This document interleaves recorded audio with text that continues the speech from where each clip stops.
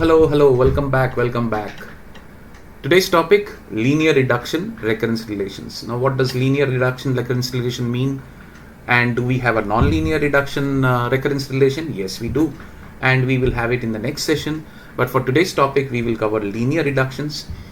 And it's going to be a basic session in terms of your understanding on what recurrence relations is and how to solve them importantly in various methods. We'll see 2-3 methods of solving recurrence relations, and if you don't know about recurrence relations, don't worry. I have put up an introduction slide in terms of explaining you what recurrence relations are, and it's going to be somewhat an offshoot from your DSA series. So I think it will be easier for you to follow. What we have in store in terms of the syllabus coverage is that we are now moving into the last part of your module 1. Which is typically any university curriculum's module 1 when we talk about DAA, and we are seeing that we have covered the top part of it, and today we are supposed to cover the recurrence relations using the substitution method and the recursion tree method in terms of solving it. Master's theorem we will do in the next class, which will be in the next series, in the next video of this particular lecture series. And needless to say, the agenda would cover most of the items that I talked about. We will cover about what is recurrence relations. We'll cover about what constitutes recurrence, linear reduction rather. And then we will talk about the exact nature of deep diving into the solutions of the unit reduction, step reduction, mixed functional forms, various forms of recurrence relations in terms of linear reduction. So today's topic, don't forget, is about the linear reduction recurrence relation. It is not anything and everything under the sun in terms of recurrence relations. And of course, we wrap it up with some solution to common problems. Now, before we start, what we have in store is, first of all, as I said, I wanted to touch upon briefly in terms of what is a recurrence relation, what is the use of it, how do we calculate it, all of that, right? So let's start with some basics here. Now let us say that we have a problem statement which says that if you can climb either 1 or 2 steps at a time, how many steps are there to reach the nth step, right? So the keywords here would be 1 or 2 steps at a time, and then how many ways are there to reach the nth step, right? So this is what is the ask. Now if you try to dissect this ask, then what will happen is that in order to move to the nth state, right, in order to move to the nth step or the nth state or whatever you want to call it, which is the n number of steps that you have, right? So what we will typically be constituting is 2 ways to actually move. So the first way to actually move is that the last move will be a 1 step, right? So the last move will be 1 step. Now, if I say that that is one of the ways in which we can actually reach to the nth stage, then if the last move is 1 step, then we would have actually completed n-1 steps before that last move, n-1 steps before the last move. And that's why the last move will be 1 step, right? So that is how we will qualify for the last move. Next, if we say that there is one more way, that okay, last move that we will make will be 2 steps. So the last move will be 2 steps, and that would mean that we would have covered n-2 steps before this last move, and that's why the last move will take 2 steps more, right? So n-2 steps before the last move. So the ways in which we can actually organize all the moves with which we can reach to the top, right, reach to the nth step, is going to be Tn is equal to Tn-1 plus Tn-2, because we don't know which way it will take. We can take either an n-1 approach where the last move will be 1 step, which means Tn-1 would have been completed steps by that time, and there would be Tn-2 also as a possibility, because the last move will be 2 steps, and therefore Tn-2 would have been covered by that time, right? So the net number of ways in which we can actually reach the top is either Tn minus 1 or Tn minus 2, right? The number of ways in which we can reach. Don't confuse this with the time taken. It is the number of ways in which we can reach to the top step, right? So that is the combination of Tn minus 1 plus Tn minus 2 in order to signify the total number of ways or possibilities in which to reach to the nth step. Let's take an example and see. So let us say that we have to climb 4 steps. So let us say 4 is the keyword here, and we have to climb 4 steps, right? So in order to climb 4 steps, what do we need to do? Let us say that if we substitute this 4 in n for n, so then T4 will be equal to T4 will be equal to my T3 and T2. I just substituted n as 4 in this equation, right? So that means that T4 equal to T3 plus T2. Now, do we know T3? We don't. Do we know T2? We don't. So let us calculate T3. So then T3 will be, if I now substitute 3, this 3 in place of these n's, right? Then what will I get? I will get T2 plus T1. Do we know T2? Do we know T1? No, we don't know T2, nor we don't T1, right?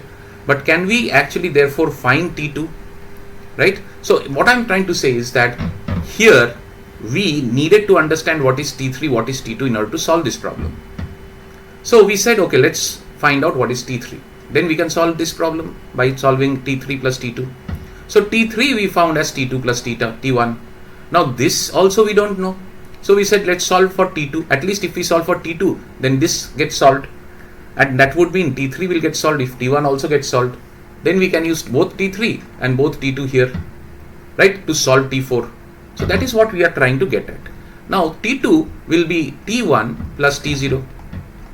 And that's it. We cannot go beyond this because we are saying that to do 2 steps, we can actually reach 2 steps in 1 way or 0 ways, right? In 1 way or 0 ways, right? So that's what we are saying. And we cannot go further down because if we go further down, then it will go to the negative sense. So T1 will become T0 plus T minus 1, and T minus 1 is not possible.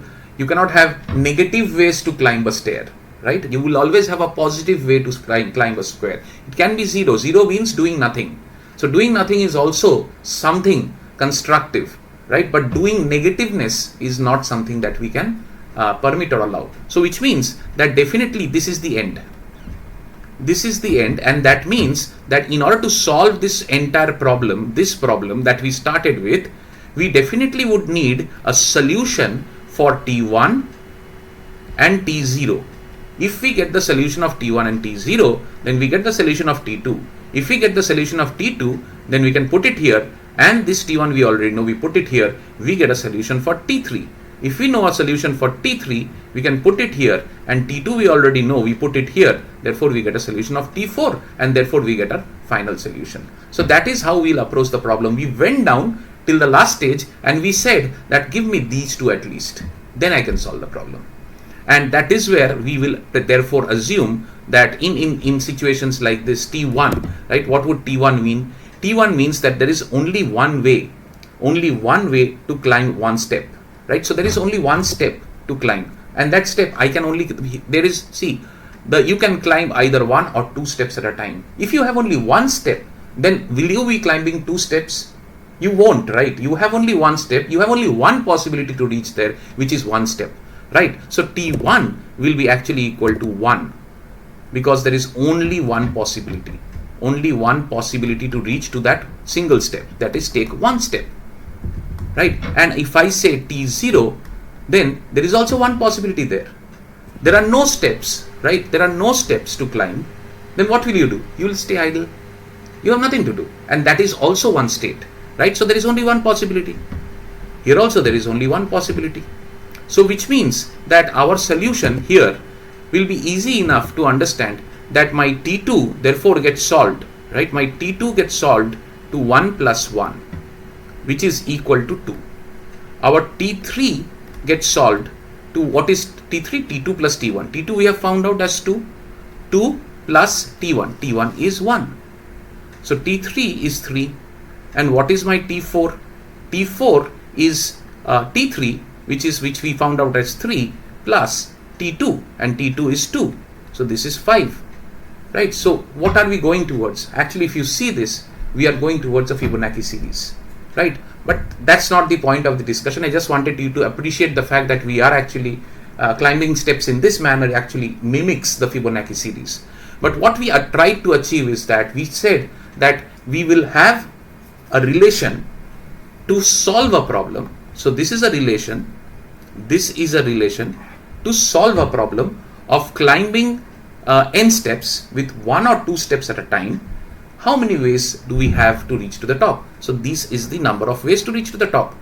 And for that, we need to know what? We need to know a base condition, which is when will I stop? I will keep doing n minus 1, n minus 2, then I'll do n minus 2, n minus 3, then I'll do n minus 3, n minus 4. Till what point of time? You saw here we stopped at T1 and T0, right? So the base condition here is that T1 will be equal to 1 and T0 will be equal to 1. So you have to write both when you actually deal with recurrence relation. So this is a recurrence relation which is defined by Tn is equal to Tn minus 1 plus Tn minus 2 with the base condition of T1 equal to 1, T0 equal to 1. I hope you understand now what is recurrence relation and what it helps to probably achieve. So this is something with which you can think about the divide and conquer problem, and we will visit more about that divide and conquer problem when we introduce you to the non-linear part of recurrence relations. Now you know what is a recurrence relation, right?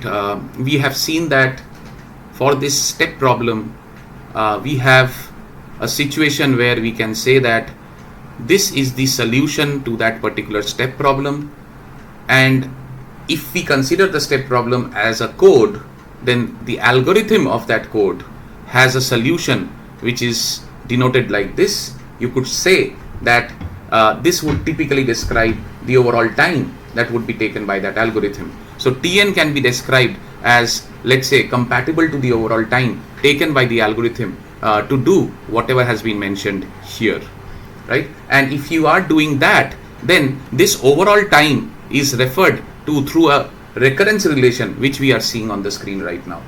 Now this cannot be something with which somebody can say what is the order of that particular algorithm, right? So we have Tn, Tn minus 1, Tn minus 2. We do not know what is Tn minus 1. We do not know what is Tn minus 2.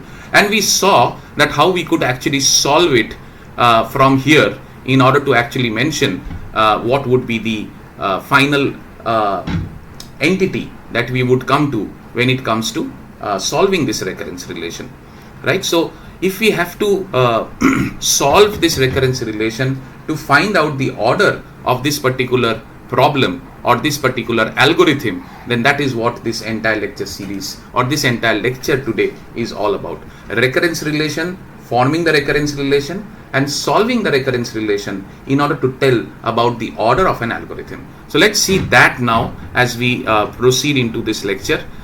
So if we see here, we have a linear reduction set of problems that we are trying to focus in this particular lecture, because there will be non-linear reduction also, and that is something with which we will cover in the next lecture series.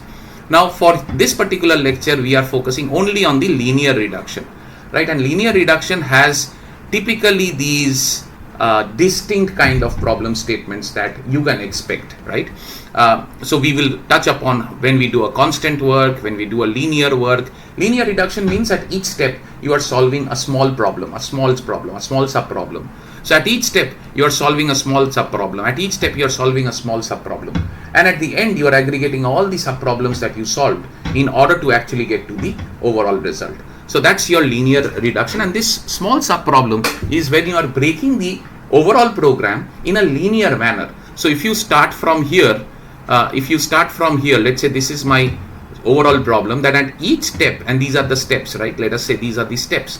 Then at each step you are actually solving a problem, so which means that your that the problem nature is going down in terms of the solution to that problem, right? And here is where you are arriving at a state where you don't have any further problems to solve, and therefore you can aggregate all the solutions of the sub problems, and therefore you can actually provide the solution of this particular recurrence relation. So our goal is to take a recurrence relation like this, understand the base condition. We have discussed the base condition in the earlier case. Base condition, again, as a recap, is that this cannot be divided infinite times. At some point it has to stop, right? We cannot say that to solve Tn we require Tn minus 1.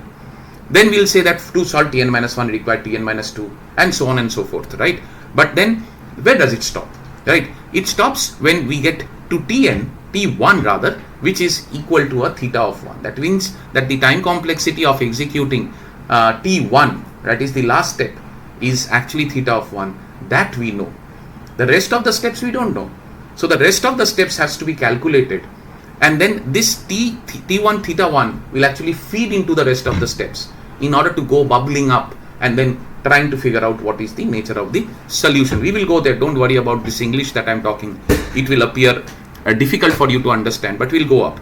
And finally, the aim is to take these two and solve for theta, which is the time complexity of this particular algorithm. What algorithm? An algorithm, any algorithm that is a unit reduction algorithm with a constant amount of work. And don't worry, we'll take examples also, right? The examples are here, right? You can see these examples. Now, without going into further discussion about this table, because this table is just there for you to see that what are we trying to solve, right? Or what we will be solving in the next few minutes. Now, we will try to solve all of this, and I've tried to kept it in the nature of what we wanted to achieve. Now, one important thing that you want to understand is that every recurrence relation has some amount of work that is being done here. Some amount of work is being done here. Some amount of work is being done here. This is called the cost, right? The cost to solve the recurrence problem at that particular step. The cost to solve the recurrence problem for that particular step is this, right? So every recurrence relation will have this. So what we are referring to is this as the cost, right? Now this cost that we are talking about is the cost that will be taken at each subproblem layer. So we are solving, we know that we are going to divide the problem into subproblems. When we divide and try to solve one subproblem, we will actually be consuming that amount of cost, right? And the subproblem solution will be that all the costs for all the levels, right, we will have to add up. So if I just take an example like this, so let's say a subproblem is broken up into these, or rather a problem is broken up into these subproblems. So this is subproblem 1, 2, 3, 4, 5, 6, and at 6 we actually reach T0, whose complexity is theta 1, right? We know that. Now what I'm trying to say is that the first subproblem that we solve will, if I take this as the cost, right? I'm trying to probably focus on this particular subproblem, right? So if I take the unit reduction constant amount problem, that problem, the first time this particular problem divides itself or reduces to a particular subproblem, the amount of work done will be 1 unit of work. Next time it will also do 1 unit of work. Next time it will, why? Because it is 1. This has nothing to do with n. As we go forward, the n reduces, right? Or n, in this case, I've taken I as an index, and you'll understand this in details when I go to the recurrence tree. You will understand that. But for now, these are the steps. Assume these are the steps, right? And at each step, you are actually going to do one amount of work. At each step, you are going to do one amount of work. So what is going to be my total amount of work? My total amount of work is this plus this, right? So that is going to be my total amount of work. So sigma of 1 from I equal to 1 to, let's say, n, whatever that n is, this 1 to n is actually 5. So sigma of 1 plus theta of 1 will be your total time complexity. So your Tn can be actually written like this, right? So that is what is something that we will try to achieve throughout this lecture, right? So now you understand what we want to do. We will take a recurrence relation. We don't know its solution. Why do we need solution? What is a recurrence relation? It is actually depicting the algorithm. But the algorithm needs to have a complexity. The recurrence relation is hinting towards the time complexity, but we don't know that, right? So we will try to solve it. The recurrence relation says that you are going to divide the problem into sub-problems. And I can only tell you the last sub-problem will be solved in this amount of time.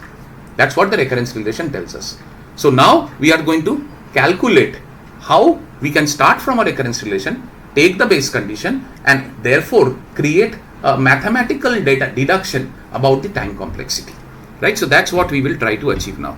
So here, if I now go into this, right, and I will take some few cases with the problem statements of the code that could actually derive the time complexity. So I'm going to go one by one, right? So we will cover all of these one by one. So we will take this first, then we'll take this, and so on and so forth, right? So we will take the first one, which is the constant amount of work, linear reduction with constant amount of work. What does it mean? Every time a sub-problem is solved in a linear manner, we are dividing the sub-problem, right? If it was 5 to start with, the next time we will solve for 4, the next time we'll solve for 3, next time we'll solve for 2, and so on and so forth. So what we will do is, we will first take a sample code. It could be any code. I'm just trying to establish the point that any code like this, right, will have a recurrence relation built. So first we'll build the recurrence relation, then we'll solve it using two methods, right? And that's what we will see. So the first step is what we are discussing here. Let us say that this takes Tn amount of time, because you have an input n, so it will take Tn amount of time. It's a function of, the time is a function of, or the time complexity or the time taken is a function of the number of inputs. Now this will take, let's say, 1 unit of time, right? So this will take 1 unit of time. Next, this will take 1 unit of time, right? Printf takes 1 unit of time, and this takes Tn minus 1 unit of time, because it calls the same function with n minus 1. So you will take Tn minus 1 unit of time. If you don't understand this, please visit my lecture on time complexity. It's explained in detail how we are actually arriving here. So what we did is, we can therefore say that the total time complexity Tn is nothing but 1 plus 1 plus Tn minus 1. Right, and this is actually equal to Tn minus 1 plus 2, and any constant that you know, when I write it in the form of a relation, then it becomes, we'll remove the constant and keep the unit that is associated to it. Unit of work is still 1, right? Though you will be doing 2 times that 1, but because we have the hardware nuisances and the speed of the computer, etc. coming in, so to eliminate all of that, we are saying that it will be 1 unit of time. And if you don't understand this, again visit my time complexity lecture. I've explained that in details. So what you have here is this particular time equation, right, which says that recurrence time relation, which is a unit reduction. So which says Tn will be reduced by 1 at every stage, and at every stage we will do 1 unit of work. That's what it says. So I will write this for the first time, and I'll so that you have some reference to it. This says that Tn can be solved by reducing every time the number of inputs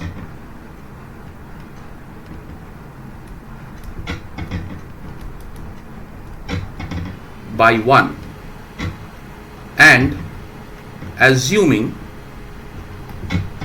every reduction costs 1 unit of time. So that is what this says. So I just kept this for your reference.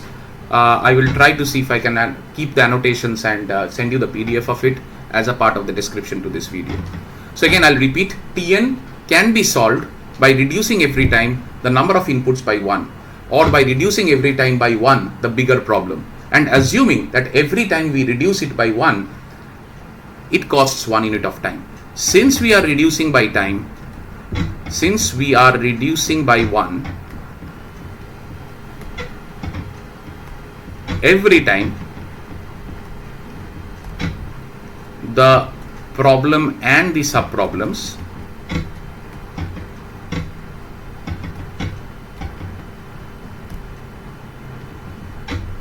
hence this is called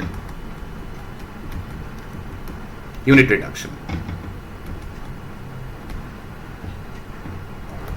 right? So this is what the unit reduction part of the problem statement says, right? So that what we are trying to understand today is linear reduction or unit reduction, right? And unit wise, I mean, it's not going to be a geometrical reduction. It's going to be most of a linear reduction or a unit reduction. Unit in this case is 1. Unit reduction can also be 2, 3, 4, but it will be constant, right? Every time 2, every time 3, every time 4. It's not that one time it will be reduced by 2, second time it will be reduced by 4, and so on and so forth.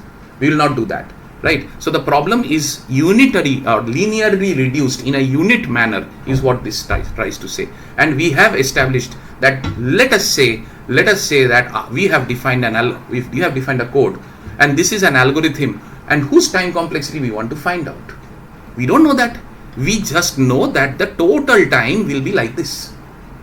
Now, how can we solve this problem to get to the time complexity of this using 2 standard methods? One is called recurrence relation, another is called substitution method. There are other methods we will cover in the next lecture, but for now we are only focusing on recurrence and substitution method. So let us go to that solution, right? We will try to now talk about the recurrence tree form of solution for that particular problem that we talked about. Now, in this particular recurrence tree problem, right, we will standard have these columns: level, recursive call,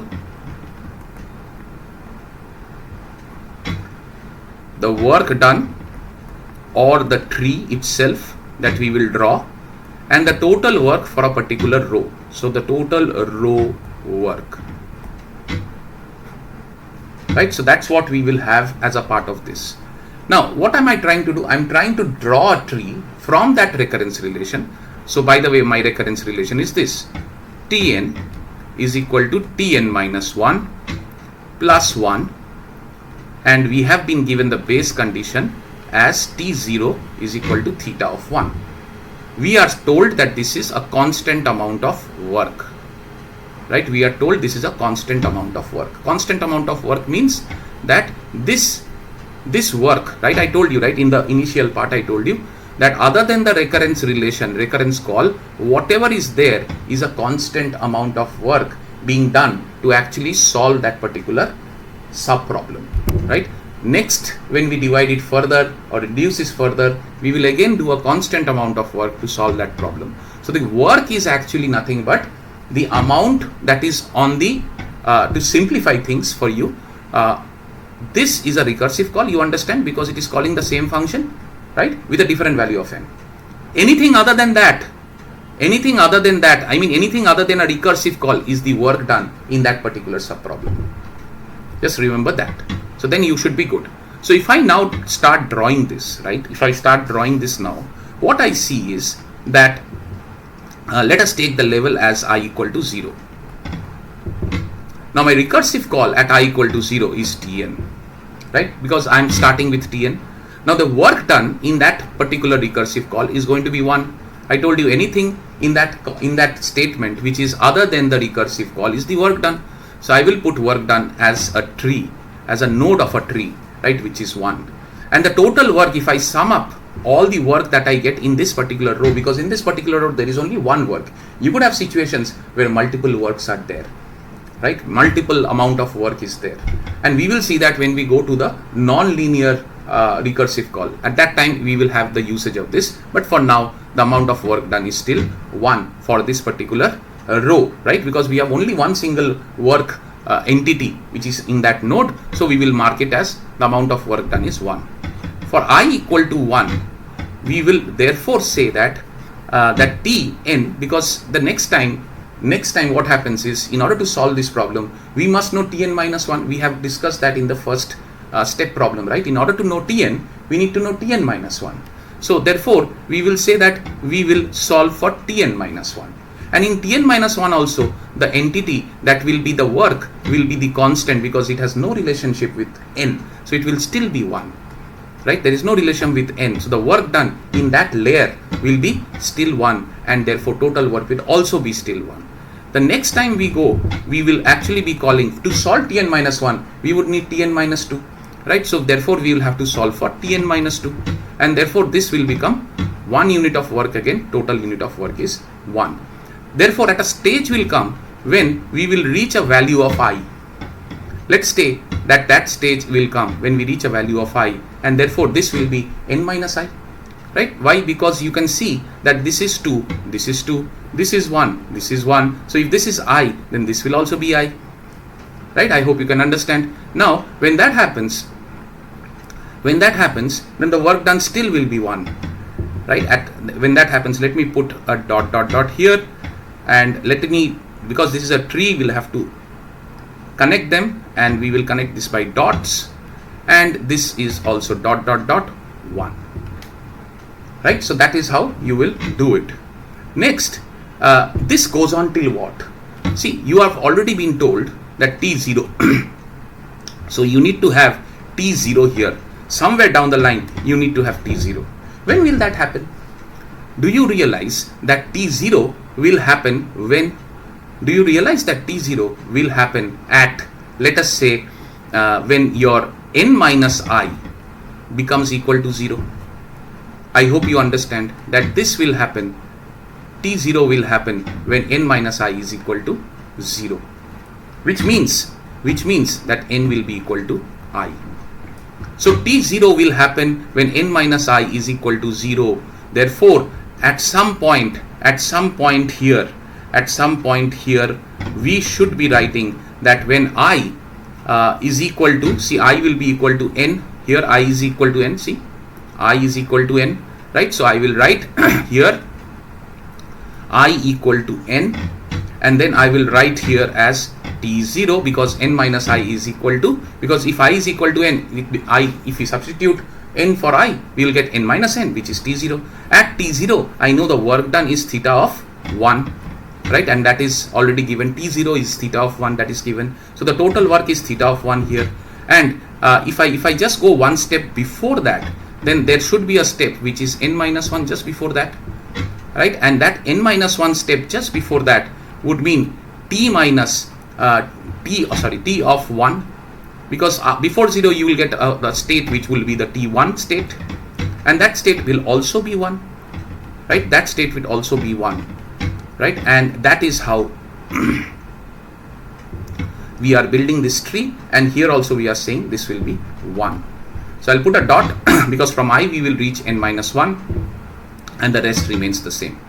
So this, if I now sum up, so that's where how we actually broke down this problem and went to the last stage where we reached to T0, right? And T0 we know, right? So, and that's how we will actually draw the tree. The tree has to be drawn exactly the way I have drawn here, right? It's a skewed tree, and the work now will need to be added up in order to understand the complexity, right? So we now will get the complexity by adding up this, and we will see that if we add up the work, then we will get sigma, that is my Tn.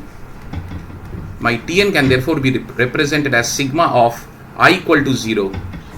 Now, if you want to actually understand how I am getting it, just see this. Just see this line. In order to create that statement of sigma, you will need to focus on this particular line. Right? In this particular line, I hope you can see that we have actually reached a stage where we are talking about Tn to be sigma of I equal to 0. See, I goes from 0 to n, right? I goes from 0 to n, but at n, we already have the definition of theta 1. I need this 1. Till what point do we get 1? Till what point do we get only 1? We get the till 1, n minus 1 is what we get, only 1, because the last stage we already know the work, so we will not put that as a part of our sigma, right? So the last stage we will add separately. So last stage we will add separately as theta of 1, right? Because we know this is the last stage, and that I have added separately. Now all these ones would need to be added. All these ones will need to be added also. And how many ones are there? Sigma 0 to n minus 1, right? Sigma 0 to n minus 1. That means sigma 0 to n minus 1. What do we put in brackets? We put in bracket all the whatever is here, right? whatever is here in this particular yellow highlighted box on the rightmost side is what we will put in bracket, right? And that is how you will arrive at the function that you need to solve in order to get to the problem. So this is what is the starting point of the maths now that you need to solve in order to arrive at the time complexity, right? I hope you understand that all I did was I took 0 to n minus 1, because those are the rows where you have 1 1 1 1 1. The last row I added separately here, and then I said that all these ones will be summed up. How many ones are there? 0 to n minus 1, right? 0 to n minus 1 means n ones are there. So if we now actually do this or solve this, then can I write this as 1 plus 1 plus 1 plus 1? This will be n times. N times we'll have to add 1. Why? Because 0 to n minus 1 means that it starts from 0, goes to n minus 1, which means it is n times only, right? And then to that we will add theta of 1. So this is actually nothing but n times of 1 plus theta of 1. And now if you convert to your time complexity, that is asymptotically, if you write it, you will take the dominant term, which is theta of n. If you don't understand this, again visit my time complexity video, you will understand this. So that becomes the answer to this problem. So this is how you will use a recurrence tree to solve a recurrence relation. Again I repeat, a recurrence relation is a relation that represents the time complexity of an algorithm. We took an algorithm, we created the recurrence relation, then we said we will solve it. Why solve it? Because that relation doesn't tell us about the actual asymptotic order.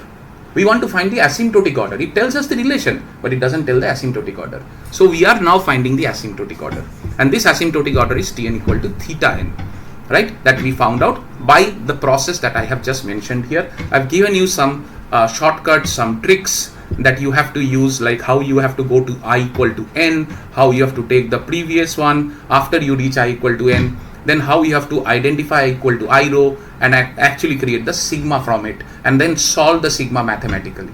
After this step is your mathematical steps, right? Everything after this is mathematics, nothing to do with DAA. So let us move on to the next method in which we can solve this, which is called the substitution method. So in the substitution method, again let us write the equation. So the equation is Tn minus 1 plus 1, and this comes with T theta T0 is equal to theta of 1.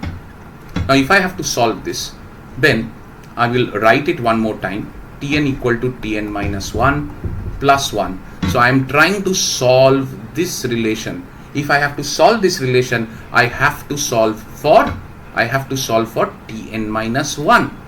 Then only I can solve this, right? So if I therefore say Tn minus 1, what I will do is I will take this Tn minus 1 and put it into my original equation, right? And if I put this into the original equation, this right hand side I can write as Tn minus 1 plus 1, which is actually going to turn out to be Tn minus 2 plus 1, right? So this becomes my second substitution. So I will call this as my second substitution. This is my second substitution. What was my first substitution? The equation with which I started. So this is my first substitution. The equation with which I start is my first substitution. So what am I substituting? I am substituting the next value, right, in terms of Tn again, right, so that I can solve the main problem.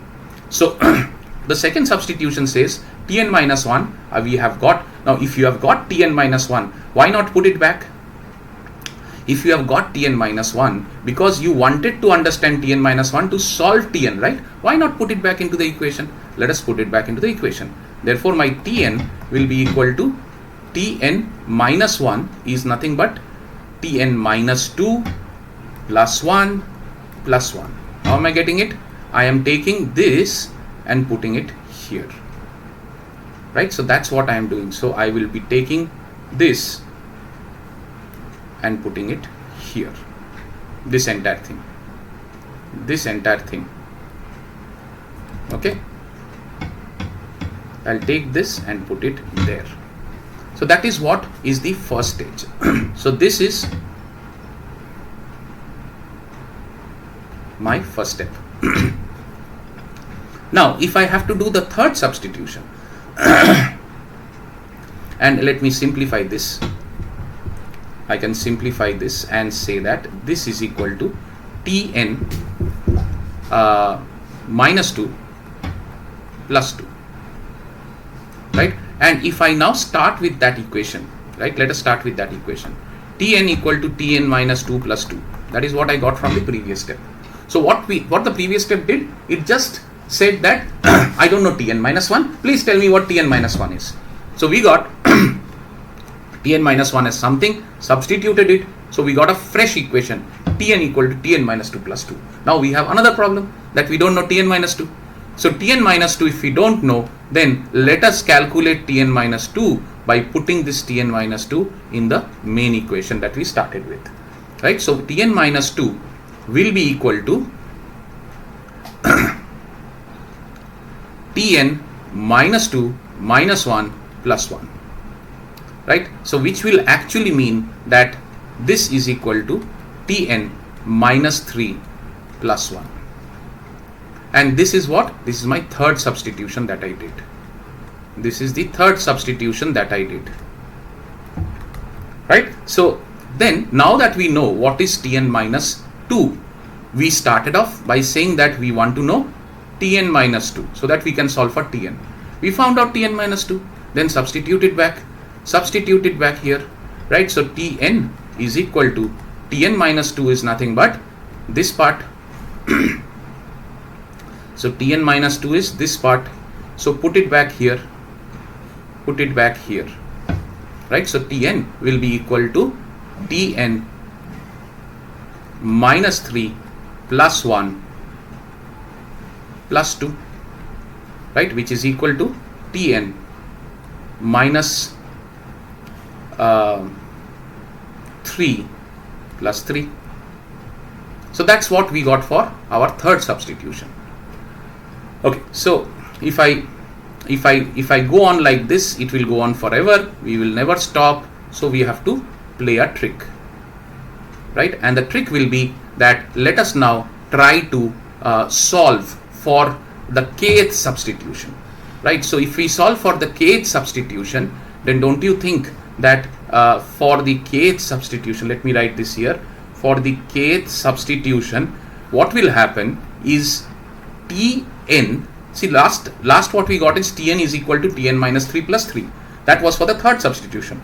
So see here, for the second substitution, we got this 2 and this 2 matches, this 2 matches. For the third substitution, this 3 matches, right? So for the kth substitution, obviously you can realize that you will get something like n minus k plus k.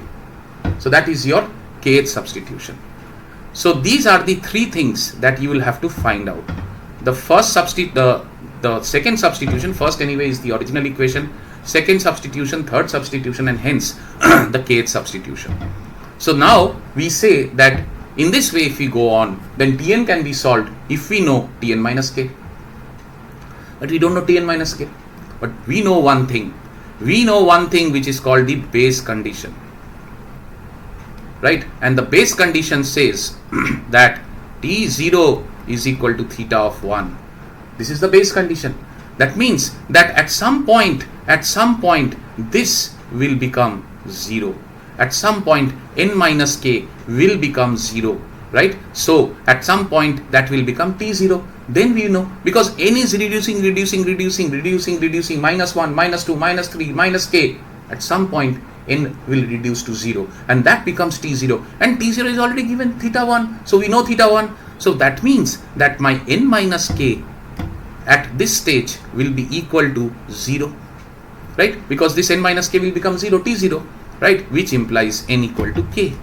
Now if we take this and substitute it in the kth equation, then we get Tn equal to T0 plus n, and T0 is already what we know, right? T0 is what? Theta of 1 plus n, right? That is our Tn. which implies asymptotically if we have to write this, then we'll take the dominant term, which is n, so we'll write theta of n, and that becomes the solution by the substitution method.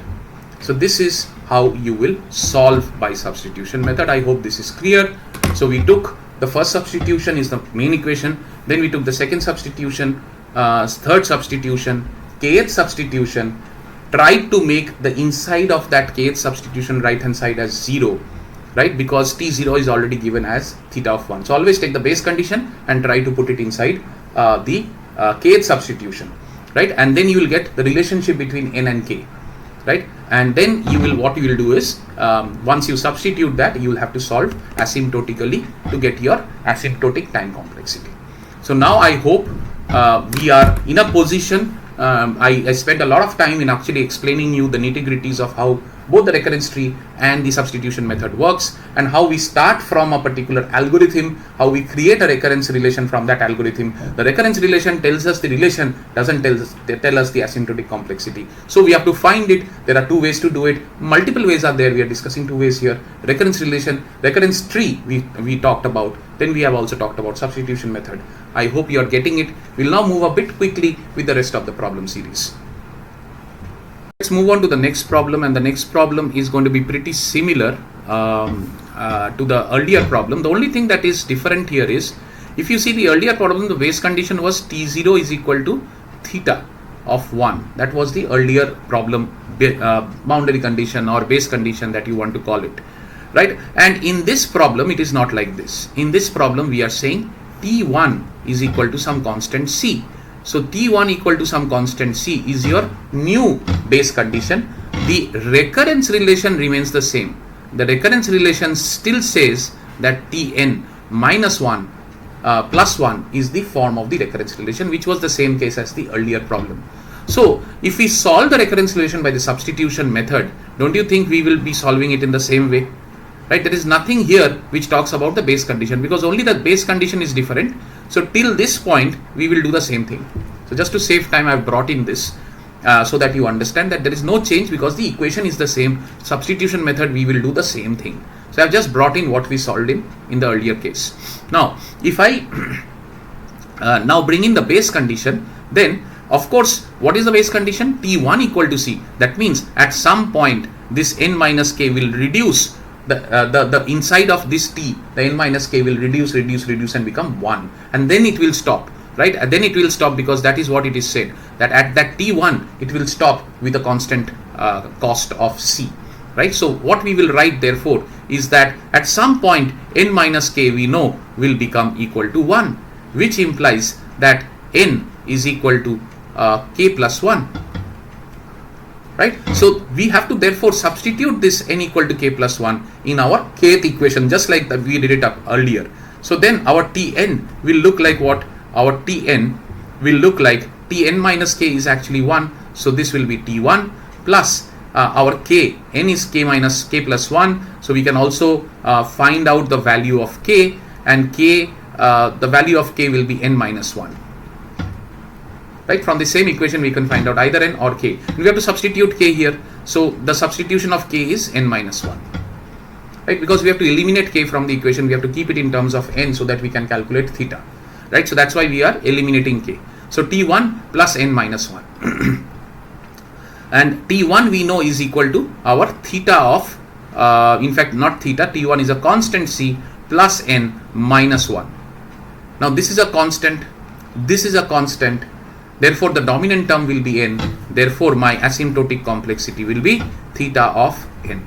So that is what we will have to conclude as the asymptotic complexity for this particular problem. So whether you are given t1, whether you are given t0, whether you are given 1, whether you are given a constant, whether you are given anything, you will just need to substitute that accordingly here, right, to get to that base condition, substitute it into the kth equation, and therefore you will get the theta, right? So that's on this particular statement, right, in terms of this. So if we go back, we have actually done, yeah, so if we go back, we have actually done these two problems. We have completed this and we have completed this, So we'll now quickly move on to the rest of the problems that are there, right? So let's move on to the next problem that is there. And here we are more talking about linear work. That is, the work done is not constant. The work done varies with n, right? Earlier the work done was 1. Every level it was 1, right? Every sub problem was taking 1 unit of work. Here every sub problem will not take 1 unit of work. It will depend on what that n is for that sub problem, right? N could be 1 at that sub problem, then it will be 1. N could be 2 at that sub problem, it will be 2. So that's why it's called linear work, not constant work. Unit reduction is happening. Where is unit reduction happening? Unit reduction is happening here. The sub problem is getting reduced in a linear manner, right? Unitary method, in 1 unit of reduction, right? 1 unit of reduction is happening in a linear manner, and that's why we say this is a linear unit reduction problem with a linear work, which is that the work is no more constant, it is actually n. So now let's solve this. Again, the same thing. I'm trying to tell you how a particular problem or a code can translate to the unit reduction recurrence relation first. We'll build the recurrence relation from an algorithm. Okay, such an algorithm exists that actually gives me this recurrence relation, then we'll solve it, right? So we will do that. So this is Tn, this is 1, this is n plus 1. If you don't understand why it is n plus 1, please revisit my time complexity video, and inside the loop it will be always n, right? And for this particular kind of loop, solve of course, and this will be Tn minus 1. I'm not taking the brackets anyway. If you take brackets, it's also going to yield up the same results because constants will be neglected at the end of the day. So if you actually calculate the Tn for this, it becomes 1 plus n plus 1 plus n plus Tn minus 1. And when we actually solve for this, we will get Tn minus 1 plus, there are 2 1s, so 2 plus there are 2 n's, so 2n, which we can write as Tn minus 1 plus this particular work that we are talking about is actually nothing but y equal to mx plus c. In this y equal to mx plus c, what do we have? We have 2n plus 2, right? So y is equal to 2n plus 2, and this 2n is coming from here, 2n, and this 2 is coming from here. So 2 is my constant and my n is my x, right? And my n is my slope, which is my 2, right? So in that sense, we can say that for this particular linear class of problem, the highest degree for that particular x is 1. Therefore, n to the power 1 will be the order of complexity. So therefore, we can therefore write this as Tn plus n.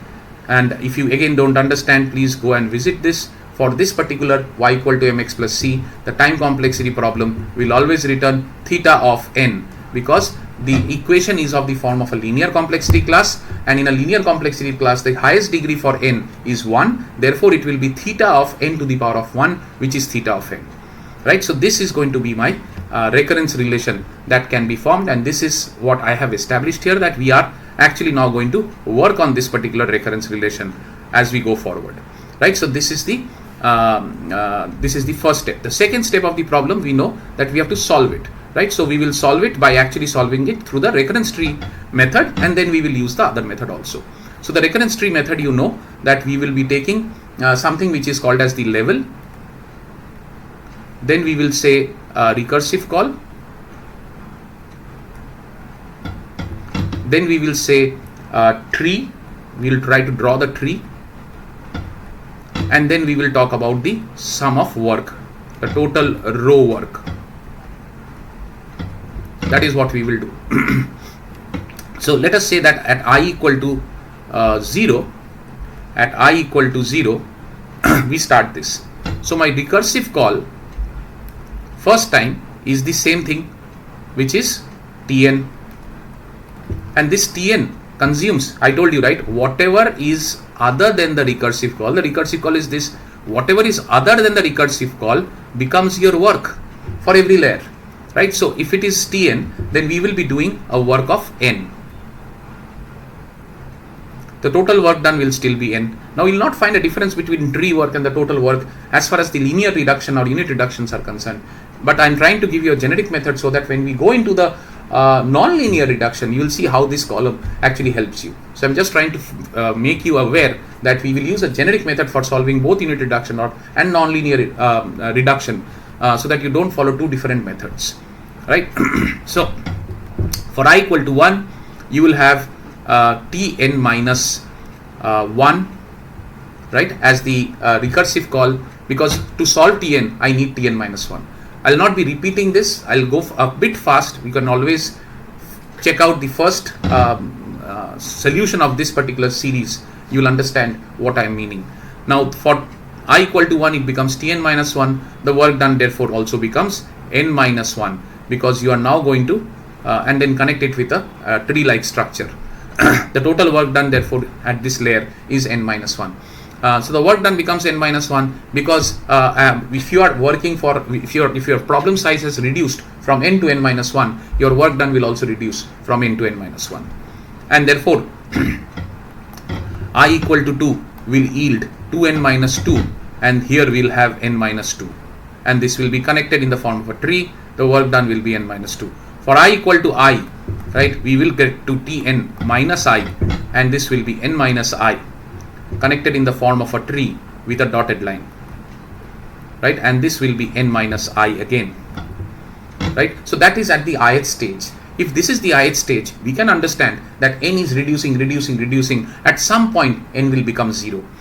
At what point n will become 0? When I becomes equal to n. So definitely we will have a state where I equal to n. We will have a state where I equal to n, where this has become 0. And that 0 says that the work done will be theta 1, and this will be my theta 1 as the row work.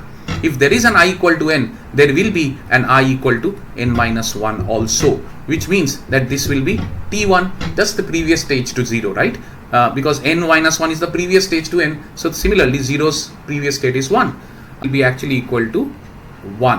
Why 1? Because if you substitute n minus 1 in place of I, you get a 1 here, and therefore this also in terms of n minus 1, if you substitute here in place of I, right, here in place of I, if you substitute n minus 1, then that also you will get 1 here, right. So that's the last stage, or just before the last stage, the penultimate stage amount of work. So this is also supposed to be connected, and this will be connected through a dot. This is a dot, and this also means that we are going to 1 here through a dot, and that's your tree, right. So that's your recurrence tree that you have built. Now if you have to solve this recurrence tree, then you will say that your Tn is actually a summation of what I equal to 0 to I equal to n minus 1. For what I told you, right, you will actually try to identify this row. You will try to identify this row, and in this row you will have to see what is this right hand side, right. So this is n minus I, so here put n minus I, right, and then put 0 to n minus 1, because you are stopping here. This is assumed to be done separately, so we will add this separately, theta 1. So you have actually gone from 0 to n minus 1 layers, or 0 to n minus 1 stages, steps, etc., whatever you want to call it, and that's how you are actually reaching 0 to n minus 1. Right. Now once you are done this, can we say that this is nothing but see, if I put I equal to 0, then the first number is n. Now if I put I equal to 1, the next number is n minus 1, the next number is n minus 2, right. In this way, don't you think it will go on till 1? Because at I equal to n minus 1, it will be 1. So if you reverse this, doesn't it look like 1 plus 2 plus 3 plus dot dot dot n minus 1 plus n? It looks like this. And what is that? That is the sum of the first n natural numbers, right? And don't forget that there was a theta 1 here, and there is a theta 1 here, right? So the sum of the first n natural numbers is what? N into n plus 1 by 2. That is the arithmetic sum of the first n natural numbers, plus theta 1 is already there. So if I therefore write it here that Tn is equal to n into n plus 1 by 2, plus theta of 1, then I can definitely solve this and say n square by 2 plus n by 2 plus theta of 1. What is the dominant term here? Dominant term is n square. Therefore, my Tn is equal to theta of n square. That will be my asymptotic time complexity for this particular problem statement. I hope you understand. I just took the summation of the work and then we actually used some mathematics. We got to the final value of Tn and then we applied the asymptotic rules in order to get to our asymptotic complexity. Right? So that's on the this particular problem. Solve this with the recurrence tree method, and we will now get into the substitution method of the same solution. So as I said, we will be doing both the methods for all the equations that we attempt to do. Now here, let us first write this problem in the substitution method. So our problem statement says Tn is equal to Tn minus 1 plus n with a base condition of T0 theta of 1. So our substitution 1 will be the original statement, which is Tn is equal to Tn minus 1 plus n. Right? So this is our substitution 1. Now we'll start with substitution 2, where we will say that in substitution 2, I want to know, okay, let's start with the substitution 1's output. So let us first write the substitution 1 output. Now if we have to solve this, then we need to know this. So if we want to know this, then of course we will have to write this as Tn minus 1 plus n minus 1. Why? Because I am putting this in the main equation, n equal to n minus 1. Therefore this becomes n minus 1 and this n also becomes n minus 1. And therefore this actually becomes Tn minus 2 plus n minus 1. And because we wanted to find that Tn minus 1, we have found that out. Therefore we can easily take this and substitute it back here, right? And then therefore we can write Tn is equal to Tn minus 2 plus n minus 1 plus n, and that becomes my substitution 2 output. So that's my substitution 2.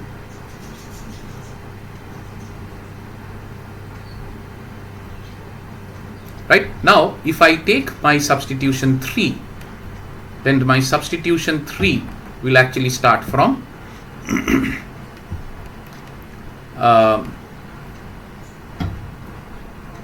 the output of substitution 2, which is Tn minus 2 plus n minus 1 plus n.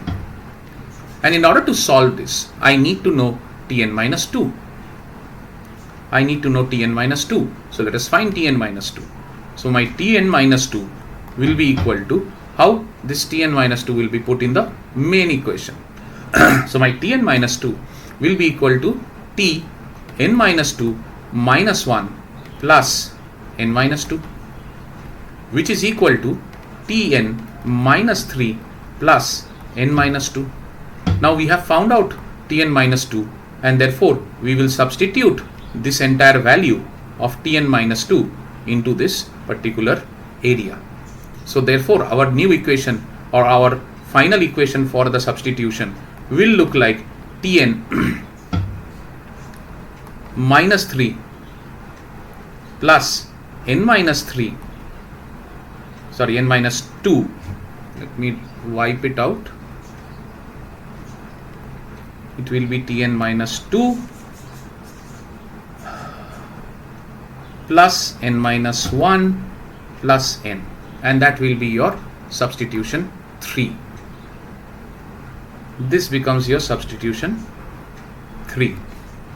Now once substitution 3 is done, we can therefore do a substitution k, because we now understand the pattern. By the way, I was not breaking these because there is a pattern that I'm trying to establish. Otherwise I could have broken it easily, but the pattern would have also got broken. So remember that, don't break it till you actually need to break it, right? So for our substitution K, we will now can conclude that Tn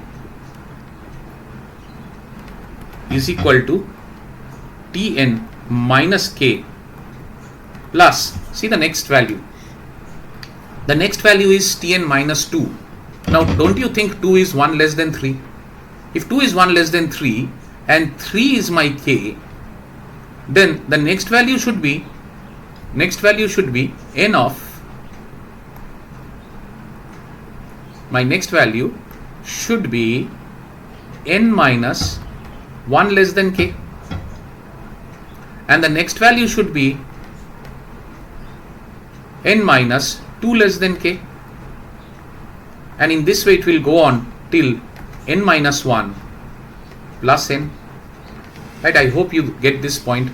K is reducing, so if 3 is K, then 2 is K minus 1, then there will be 1 which is K minus 1 minus 1, that is K minus 2. So therefore can I write this as T n minus K plus n minus K plus 1 plus n minus K plus 2 plus dot dot dot n minus 1 plus n, right? I'm sure I can write this. Let me write it up here. T equal to Tn minus K plus n minus K plus 1 plus n minus K plus 2 plus dot dot dot n minus 1 plus n. So that becomes my final recurrence relation after substitution of K. Now I know that I have to make this as the base condition. Base condition is T0, therefore n minus K is equal to 0, which implies n is equal to K. If n is equal to K, then my Tn becomes equal to T0 plus, now imagine if I put n equal to K here, this K and this K will cancel out. This K will cancel out. So what will be left? 1 plus 2 plus dot dot dot dot n minus 1 plus n, right? So this is what will be left on this part of the problem. So which means this is theta of 1 plus the sum of first n natural numbers, which is n into n plus 1 by 2, and this can be written as theta of 1 plus n square by 2 plus n by 2. And again, if I take the asymptotic complexity rules, then I will actually get to Tn is equal to theta of n square, and which is the problem that we had also solved using the recurrence tree method. So this is how you will solve this using the substitution method. Now let's get into the next problem that we want to solve, and we'll now talk about quadratic work problems. Right, so so we'll now talk about quadratic work problems, and this is where we say that quadratic work, the work done here is n square. So of course you can understand it is a quadratic equation, y equal to ax square plus bx plus c, and you have n square representing ax square, and that's why it's a quadratic work. So what we need to do is first again we'll establish a code that can create this kind of a recurrence relation. So if you see, this code says that this is going to be done in Tn amount of time, and this is going to take 1 amount of time, this will take n plus 1 amount of time, and therefore everything inside will take n amount of time, n amount of time. Now the loop here itself will also take n plus 1 amount of time, and because of this loop n plus 1, there will be one more n inside this, and this will take Tn minus 1 amount of time. So that's the way in which we actually calculate for nested loops. Therefore your Tn, and if you don't understand, again visit my time complexity video in this lecture series. The first video I've recapped everything that we did in DSA series, and you can get it from there. So Tn is actually equal to 1 plus n plus 1 plus n square plus n square, and that's all that we have from the individual step perspective. So this becomes Tn minus 1 plus how many n square? 2n square. How many n? 2n, and then we have 2. So we know that if the equation is of the form of y equal to ax square plus bx plus c, can we therefore say that this is of this form? Yes, it is. Therefore, the highest degree will be the asymptotic complexity. So we can therefore write Tn minus 1 plus n square as the asymptotic complexity, right? So this becomes my Tn, which is what we calculated as establishing a recurrence relation from a piece of algorithm, right? Now we don't know what is the asymptotic complexity of this. This is just a recurrence relation. We'll have to solve this in order to get the asymptotic complexity, which we will do in the next two methods that we will follow. So the first method, as you know, we will follow the quadratic work method, the unit reduction through the recurrence tree method. And in this unit reduction to the recurrence tree method, we will first take the various inputs that we want to take in terms of the number of in terms of the columns. So first is our level, then we will take the recursive call, then we will take the tree or the work, and then we will take the total row sum,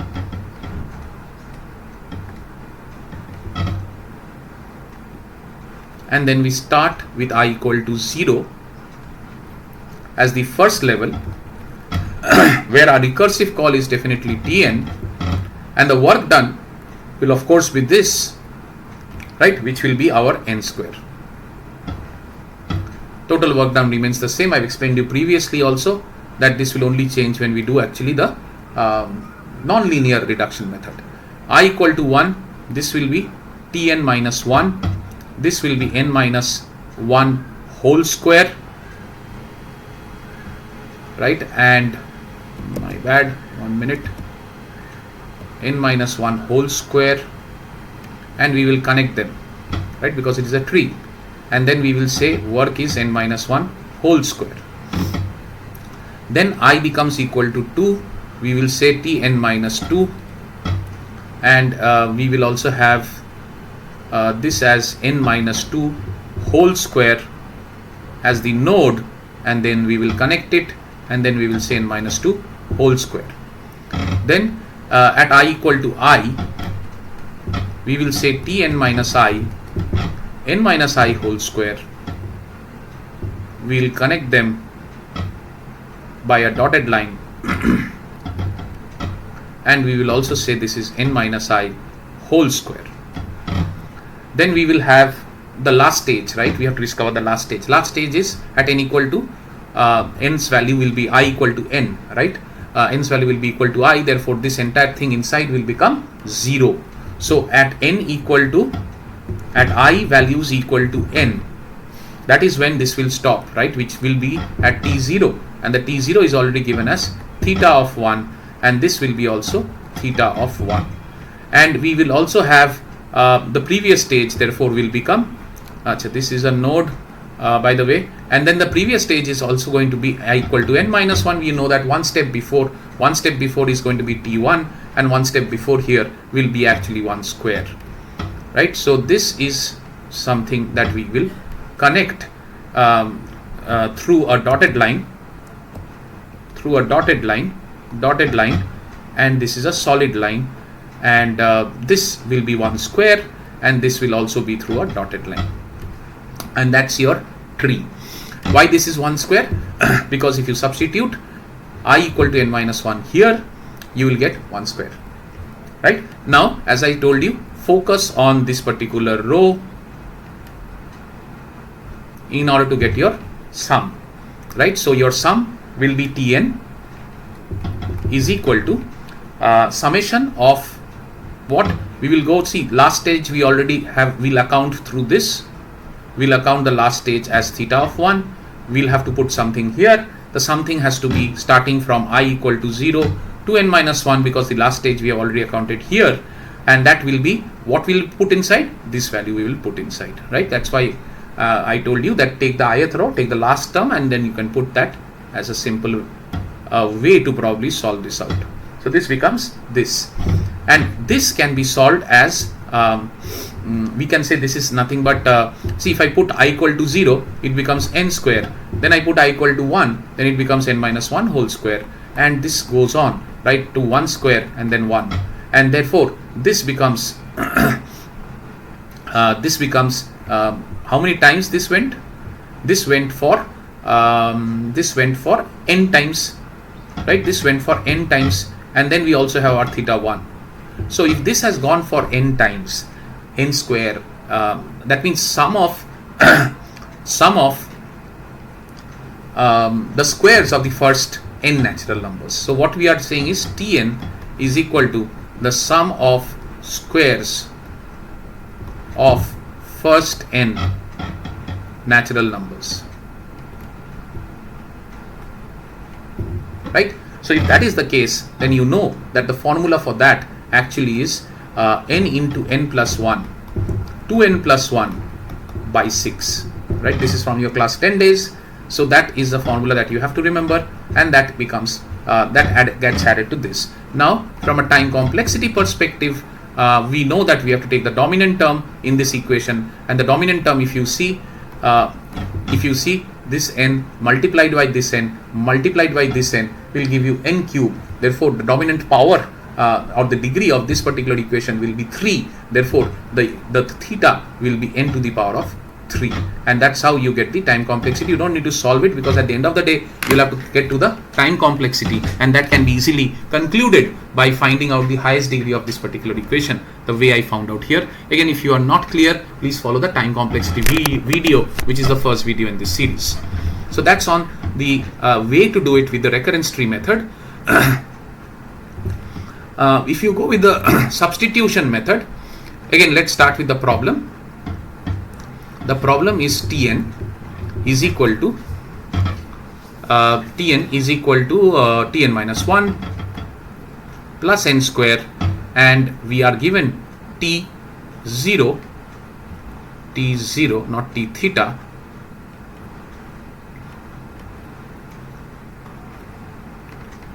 T0 is equal to theta of 1. So our first substitution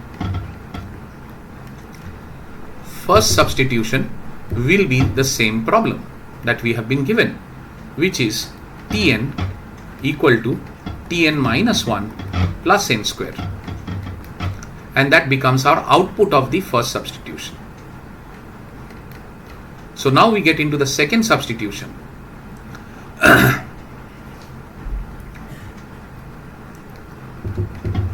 So our second substitution says that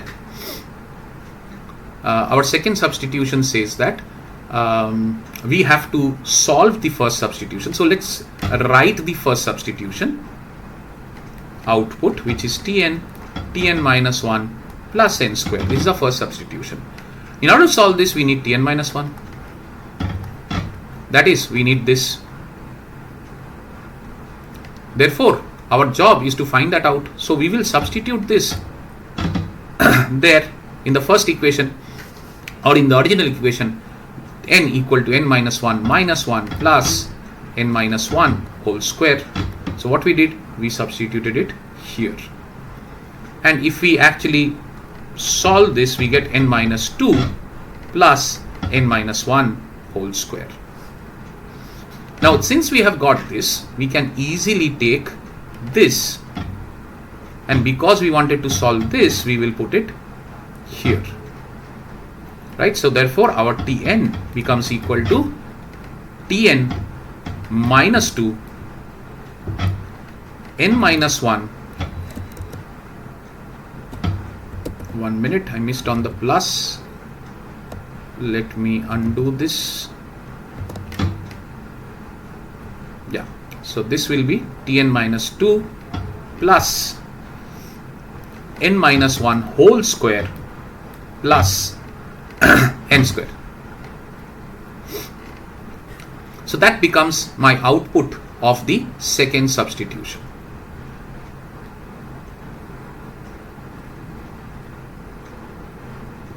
Now we go to the third substitution. In the third substitution, let us write first the output of the first substitution, which is or the second substitution, which is t equal to tn minus 2 plus n minus 1 whole square plus n square. And in order to solve this, we need to solve this, right? This is a recursive call, so we have to solve this. So in order to solve this, we write tn minus 2 and we substitute that in the first equation, which is the original equation, t minus n minus 2 minus 1 plus n minus 2 whole square, which becomes equal to tn minus 3 plus n minus 2 whole square. So now we are in a position, therefore, to take this entire stuff and put it here, right? So if we put that here, then what we'll get, tn is equal to tn minus 3 plus n minus 2 whole square plus n minus 1 whole square plus n square, right? I hope you are now seeing the pattern coming out, right? And then that becomes my output of the third equation or the third substitution, right? Now with this third substitution, I am in a position to go into the kth substitution because I can now see a pattern. So my kth substitution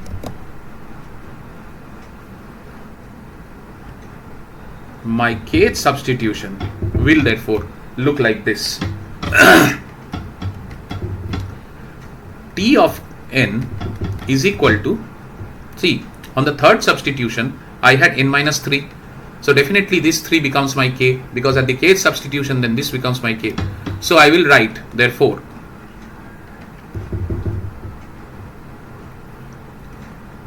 as t of n minus k plus, now 3 has reduced to 2, so k will reduce by 1, so n minus k minus 1 and this whole square, right? Then 2 gets reduced to 1, so k will reduce further, so n minus k minus 2 whole square, and then finally we will reach to n square, right? So that is my kth substitution. Now this kth substitution that I got will become 0 when the kth substitution that I got I mean n minus k, so we will have to see that t0 is given, therefore n minus k has to become 0. At some point this will go and then only we can solve this. So t0 is equal to theta of 1, which implies that n minus k should be equal to 0, which implies n equal to k. Putting this in the kth equation, we have tn is equal to t0 plus, now n minus k minus 1 whole square. If n becomes equal to k, then this n and this k, if they are equal, then the whole thing becomes 1 square, next term becomes 2 square, and so on and so forth. So it becomes 1 square, 2 square, 3 square, dot dot dot n square, right? And that is what becomes the sum of the first squares of the first n natural numbers, and therefore we can therefore write this as theta of 1 plus, because this is the sum of the first squares of the first n natural numbers, n into n plus 1 into 2n plus 1 divided by 6, and therefore we can therefore say asymptotically this will be equal to theta of n cube, right? And that becomes your answer to this particular problem from a substitution method standpoint. So that solves this problem for now. We finished with quadratic work. Now let's get into the next segment. Before going there, let me mark what we have done. So we have done this, and of course this also last time we did. So we now are left with logarithmic work, constant work, with a step reduction instead of unit reduction, and then we have a mixed functional form. So 3 more things that we need to cover. Let us cover them. So if we get into logarithmic work, First, let's establish the relation. So this is Tn amount of time. This will be 1 unit of time. This will be log n plus 1. Log n because the loop will run log n number of times, because you have a star equal to 2 or a slash equal to 2, whatever way you want to do it. You are actually constantly dividing or multiplying the loop. Hence it will be having the tree size of log n plus 1 for the last condition, which has to be checked as false. If you don't understand, again visit my time complexity video. Inside the loop it will run log n amount of time, and this will be Tn minus 1. So if you actually calculate Tn will be equal to our log n plus 1 plus log n plus Tn minus 1. So that will be your recurrence relation, which is Tn minus 1 plus 2 log n plus 1. Right?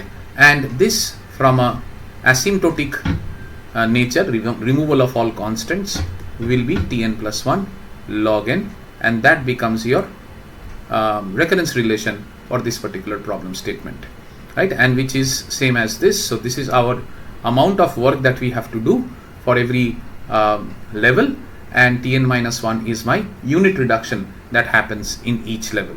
It is given T0 is equal to theta of 1. So if we now start solving this problem using the recurrence tree method that we have learned, then let's get into that mode right now. Okay, so we have the level,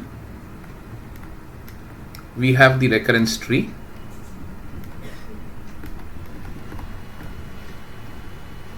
then we have the work or the tree, and then we have the total row sum.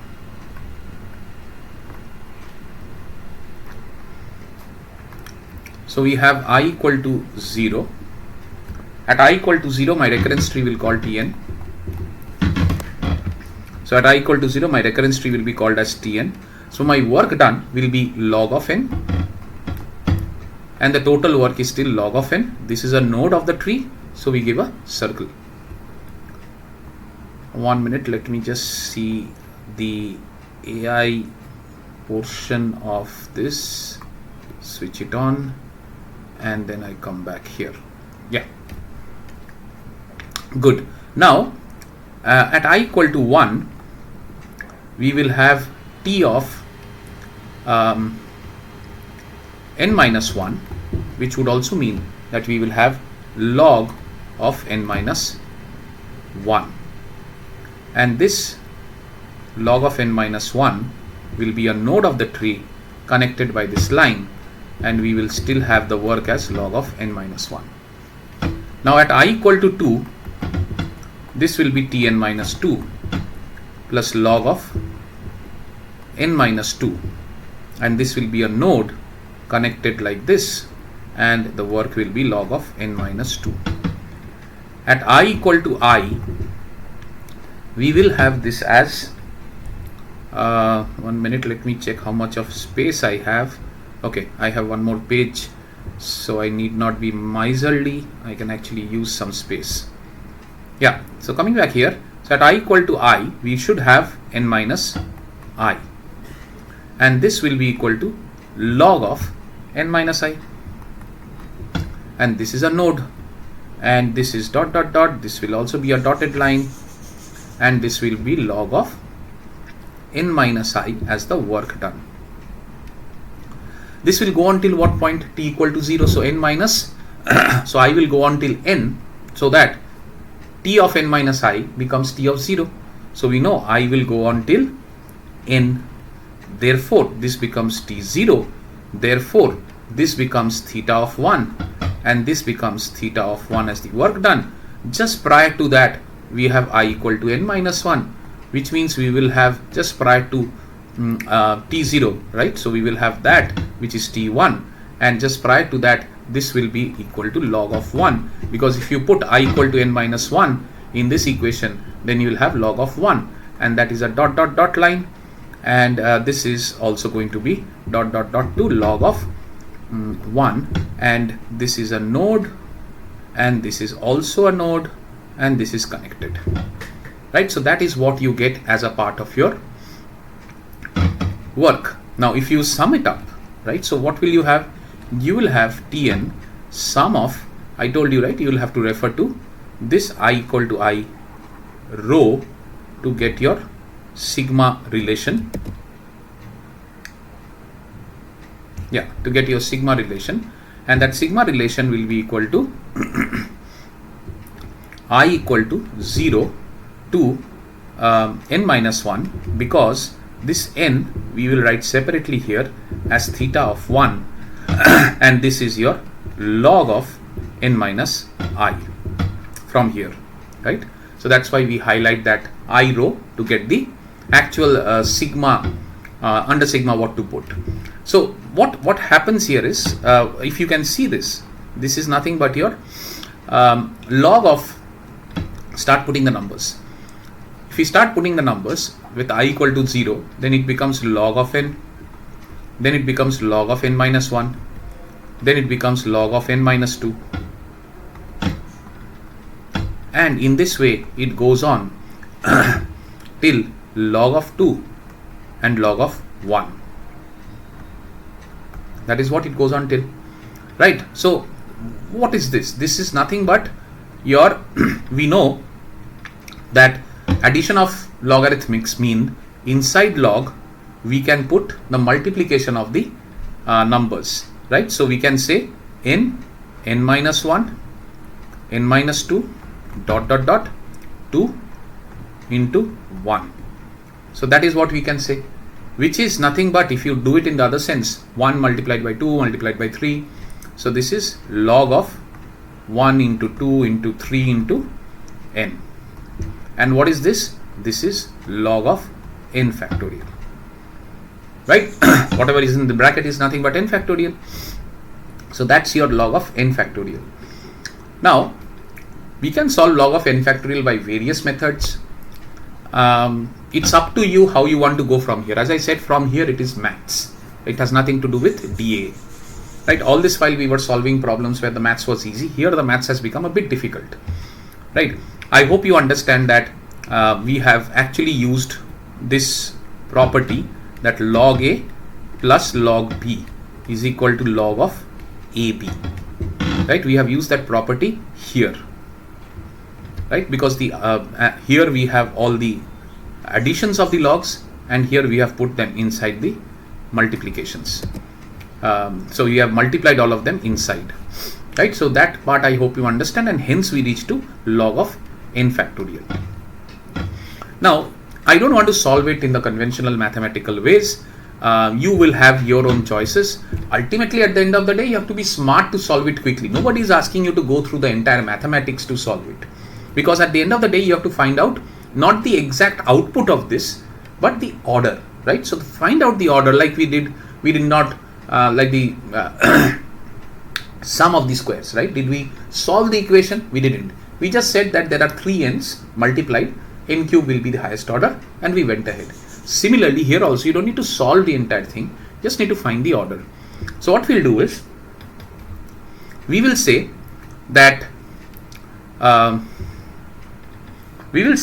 let us take I'll take a fresh sheet for this, right? So let me write it down what we have achieved. So T of n, we have achieved that T of n is equal to, my T of n will be equal to log, did I write the theta here? Okay, I did not write the theta here. So this should be theta of 1, this should be theta of 1. That will be your Tn, and here also I should write theta of 1, here also I should write theta of 1. So I hope you can make out from here that that will be theta of 1. Now if I go here, so I can write this as log of 1 plus log of 2. I'm just breaking it down, right? I know it is n factorial, but I'm again going back to where I started from, and I'll say this as log of n. Now if that is the case, can I pair them? Can I pair them like this, the first and the last terms? Pairing them, which is first and last terms, right? So we will pair this term with this term, and log 2 will be paired with the term before log n, and in this way let's pair it. So if we pair it, my pairs will look like this. My pairs will look like log 1 plus log n, right? So I'm just rearranging the summation to look a bit different, and this is also having theta of 1. Let's not forget that.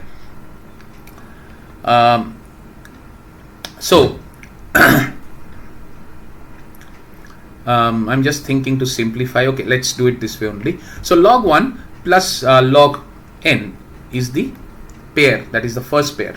And then what we will have is, this is the first way of writing the pair. So my Tn will be this, plus there will be a pair of log 2 plus log n minus 1, because the term here will be log n minus 1, right? And likewise there will be a pair of log 3 plus log n minus 2, right? And dot dot dot, something will be there, and then at the end there will be a theta 1, right? Now if you see this, this pair plus this pair plus this pair, right, it actually translates to something like log of I plus log of n minus 1 I plus 1. This particular recurrence can be therefore summed up like this, isn't it? So we are taking a pair like this, and we are saying that this will go on from I equal to 0 to I equal to n minus 1, right? So that is how we will actually be moving this in terms of understanding that how the pairs are contributing to the sum. So it is log of I plus log of n minus I plus 1, and which will be actually, if you see this sum, this inside log, if we have the sum, then we can actually make it as a we can actually make it as a positive sense, right? We can actually make it as a positive sense. In fact, I will omit this sum for the time being. I'll tell you why. Because we are not adding the entire block, right? We have taken a pair, so we will be adding the half that number of times. So this is not going to be that way that we will sum it from 0 to n minus 1, because there is no 0 to n minus 1, because we have already taken two terms here. Again, we have taken two terms. So there is no 0 to n minus 1. We are not adding it n times. So we'll be adding it n by 2 times. And then there will be cases for odd and even. So we'll leave it at that. So what I'm trying to say is that this expression, this expression or this expression or this expression can be written like this, right? So this expression can be written like this, and we will eliminate this for the time being from here, right? So all we are saying is that if we have to evaluate this part, then we need to understand how the inside of this part evaluates, right? So can I therefore write this as log of, log of I plus log of whatever, it is log of I multiplied by n minus I plus 1, right? So that is what will be the log, because log A plus log B, I just multiplied it by applying the log identity, right? Now this, if I take a small product, is what? I's value is very small. Let us take I equal to 1. If I is equal to 1, then this becomes log of 1 into I's value is 1. 1 minus 1 plus 1 is 0. So we have n. So this is log of n, right? And for other products, it will be large, because I will be providing more value of I right? So there will be a product that will be coming up, right? So multiply that, one multiplication will increase, right? 2 multiplication, 3 multiplication, 4 multiplication. So other products, it will be large. So let me write it down. The product is large, but it will still be of the order, it will be of the order of n.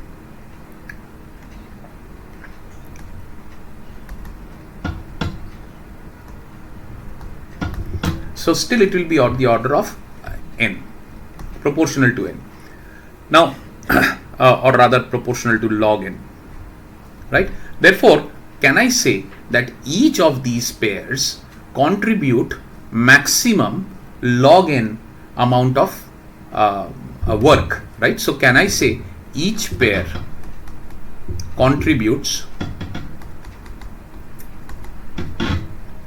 log n amount? So what I did, I said that let us put I as a small value and we get the value of the expression of log 1 plus log n as log 1 dot n, which is equal to log n, that is log n. And this is the smallest value. For other products means these products. Let's say we solved this and then we are saying this, every pair will translate to a product because this plus will become multiplication, right? So once it is multiplied, we will find that they will also be of the order of log n. And because they will be large, but they will still be of the order of log n. They could be like 2 log n or they could be 40 log n, right? So that is something that they will still be there. But then the order will still be log n. So which means that every pair is log n. How many pairs are there? So can I say each pair contributes log n? So my total Tn will be equal to total number of pairs multiplied by log n. I can say that total number of pairs multiplied by log n. How many pairs are there?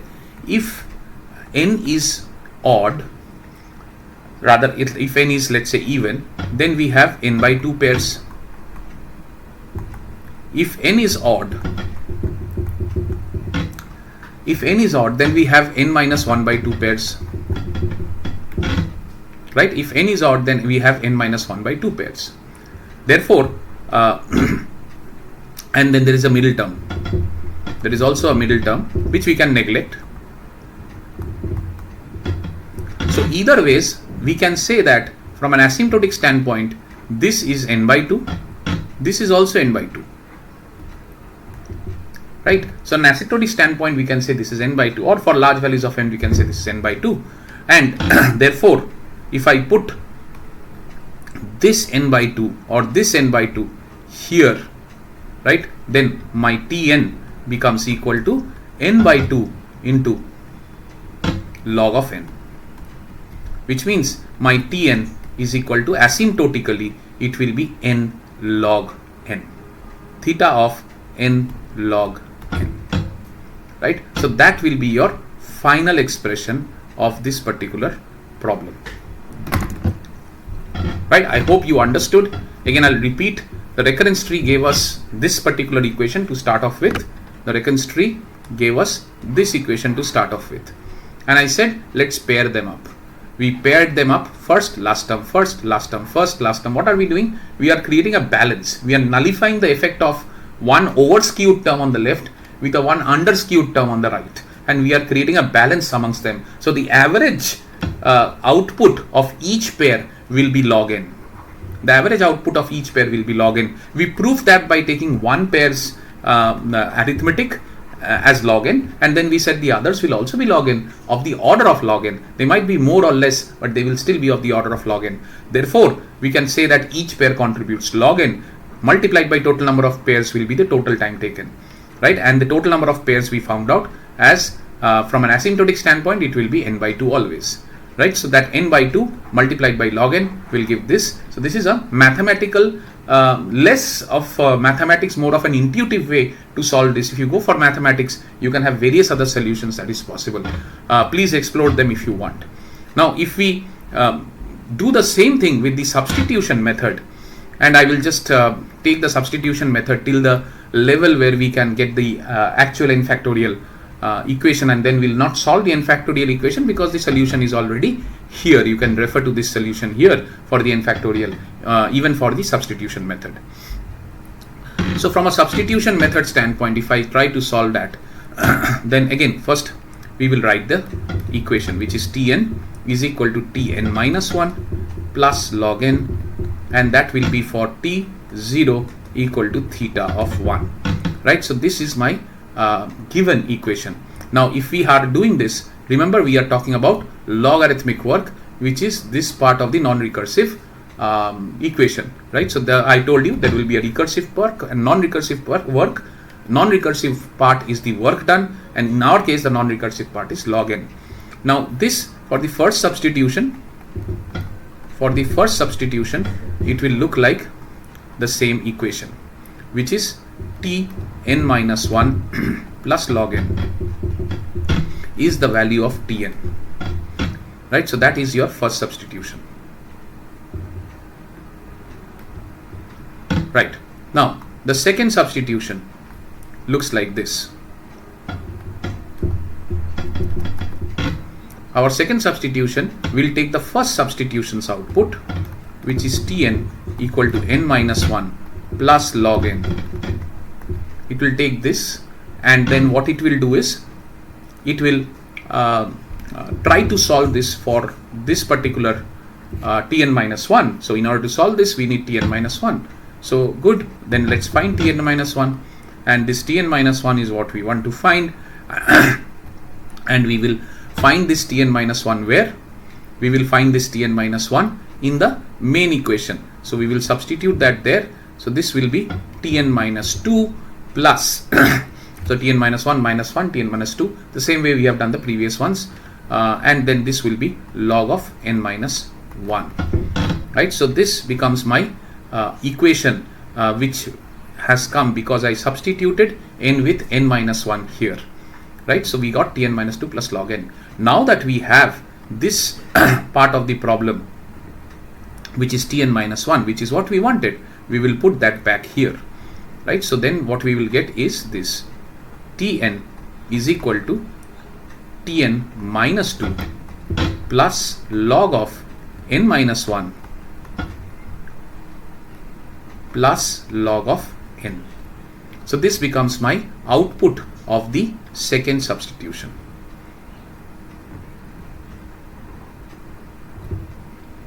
right? So this becomes the output of the second substitution. Now if we go to the third substitution, our third substitution will start at the output of the second substitution, which is going to be Tn is equal to Tn minus 2 plus log of n minus 1 plus log of n. And here we are now concerned to find out Tn minus 2. So if we have to find out Tn minus 2, then the best way is write Tn minus 2 and substitute that n minus 2 into the main equation, right? Substitute that Tn minus 2 into the main equation.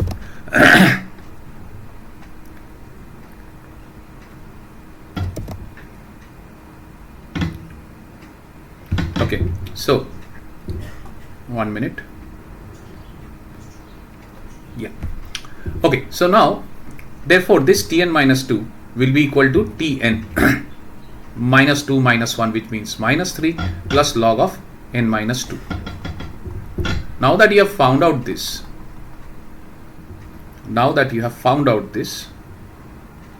you can substitute it back here, and what you will get will be Tn is equal to Tn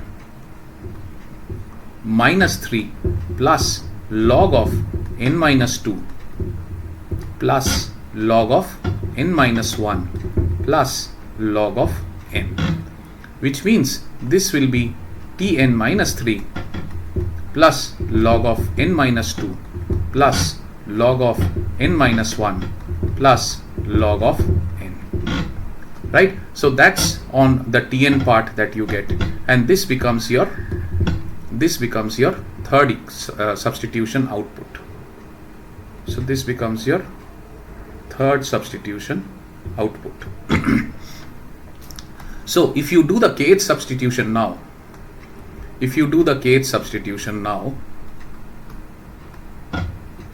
then of course you will realize that this 3 becomes k, this 2 becomes k minus 1, this 1 becomes k minus 2.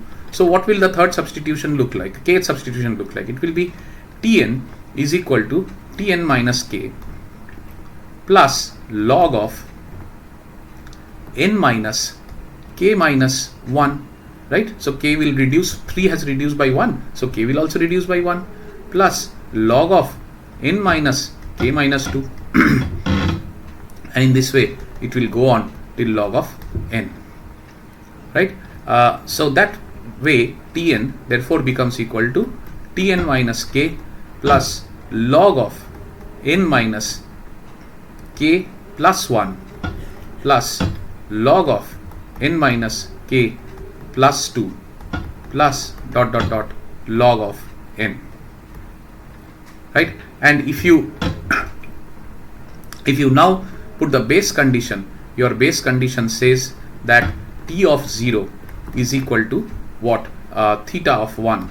So this needs to become 0. Therefore n minus k will become 0. So this implies n equal to k. Now if we substitute this back into our kth equation, we get t of 0, n is equal to k, means n minus k will become 0. So it will be log 1 plus log 2 plus dot dot dot log n. So this is log 1 plus log 2 plus dot dot dot log n, right? And therefore this becomes theta 1 plus log of, now this I will put inside 1 2 3 dot dot dot n, which means plus log of n factorial, right? So that is where you can now relate this theta 1 plus log n factorial with whatever we did here, right? So we did this as this one. Where did we do it? Yeah, so this is the one, this is the part that we solved, theta 1 plus log of n factorial. And after that we have solved this, and said that this is how this will look like. By the way, we also had n by 2 log n is this part of the problem, we also had this, so this also needs to go here. So that will be theta of n, not that it matters, and asymptotically it will come to the same thing again, right? So Tn will come to the same thing again. So this part of the problem is actually this part of the problem, right? So this is the output of that part of the problem, and then you have to have theta of 1 as the output, and that's how we have solved the problem, right? So this is the same thing that we will apply for this particular case, where we are going to talk about when we reached at this particular equation, and this can be therefore solved. We can therefore solve this using the same method for recurrence tree, right? I am not repeating that here, so you can obviously refer to that method how we did it from a recurrence tree perspective, right? So that completes this particular recurrence relation. So that takes care of solving the unit reduction part. Let's confirm that by going back to our table.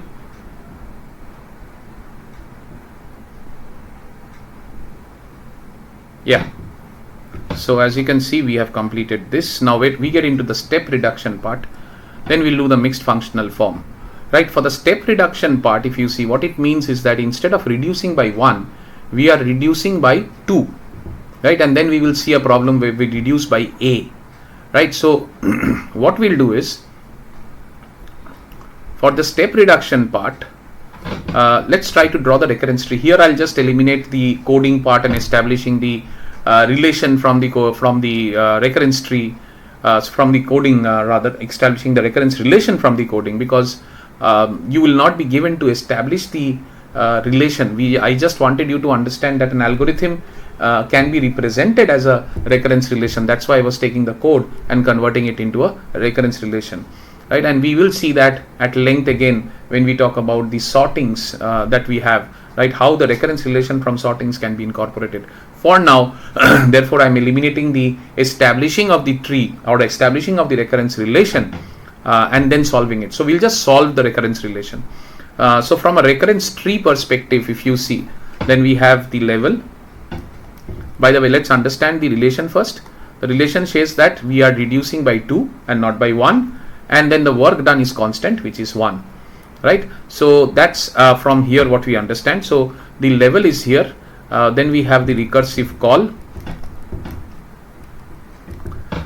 Then we have the tree or the work. Then we have the sum of or total sum of the rows.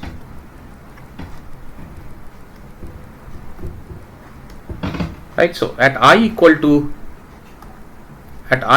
0, our recursive call is Tn, and at I equal to 0, when a recursive call is Tn, then we can actually say that the work done at that level, of course, will be this, which is a constant amount of time. That's a node. Work done is here. I equal to 1. It will be T of n minus 2. And here also the work done will be a constant amount of time. This will be this. At I equal to 1, why it is n minus 2? Because to solve Tn, we need Tn minus 2. So the next work will be Tn minus 2. So the next work will be Tn minus, to solve Tn minus 2, we would need Tn minus 4. Right? So we would need Tn minus 4. And in this way it will go on. I hope you are understanding how we are arriving at it. Every time it has to go by reducing 2 from n. Right? So the earlier one, if it was n minus 2, you have to reduce at 2 from there. So n minus 4.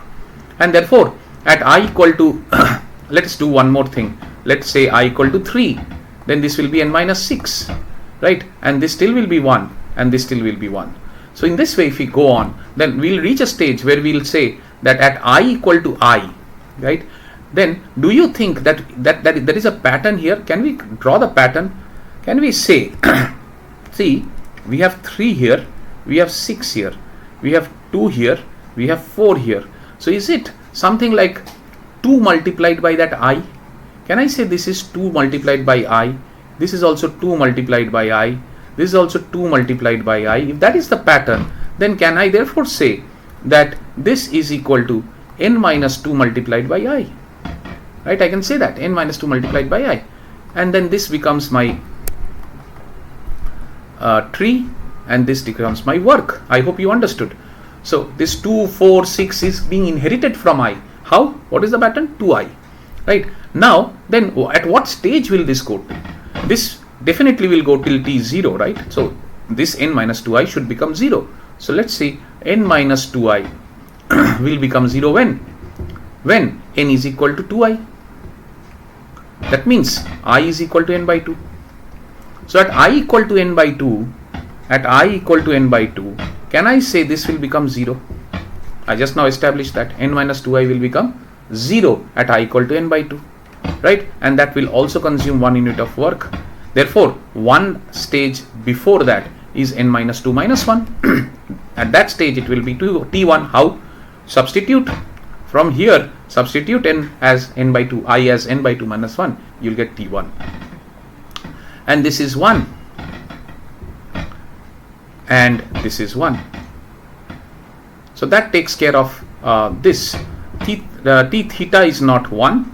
T0 is actually theta of 1. So this is theta of 1. This is also theta of 1. Right? So if I therefore write the equation of Tn, then my Tn will look like summation of 1. Remember I told you, take this I equal to I rho for your summation equation. Right? So take that. So you'll get I equal to 1. Why 1? Because you have 1 here. So we are taking that here. And I goes from 0 to n minus 1. Additionally, you have the last n by, in fact, I goes from 0 to n by 2 minus 1. So my bad. We should put this as I equal to 0 because we have n by 2 minus 1 as the last stage for which all these ones need to be counted. and this n by 2 we are counting separate as theta 1, right? So we will say this will go till n by 2 minus 1, and then we have theta of 1 for the last stage. So that is going to be my I. Now what does this mean? 1 is multiplied, or 1 is added how many times? N by 2 times. So we will say this as 1 plus 1 plus 1 plus 1, 1. And how many times this is?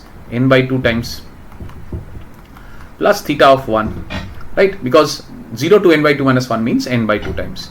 And therefore this means n by 2 multiplied by 1. 1 n by 2 times means n by 2 multiplied by 1 plus theta of 1, which means that we have now established the dominant term in our case. Therefore Tn will be theta of n, right? From the asymptotic complexity standpoint, this will be the output of this particular problem, right? So I hope you understand from the previous step, n is the dominant term, so theta n will be the asymptotic complexity. So this is the recurrence tree problem. So if we go to the substitution method of the same problem, we will be getting the same result also, but let's find that out.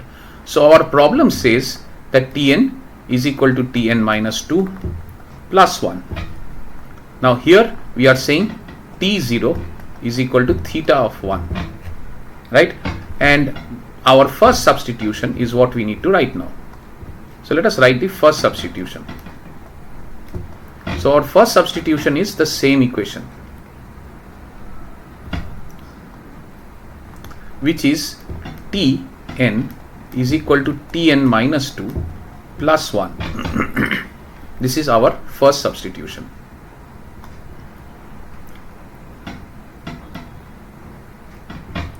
Okay, now our second substitution will be to take the output of the first substitution and work with it. So we will say Tn is the output of the first substitution, and in this case we now need to find out what we need to find out: Tn minus 2. Therefore, in order to solve Tn minus 2, we will write it as Tn minus 2 from the first equation, right? So we will substitute n with n minus 2.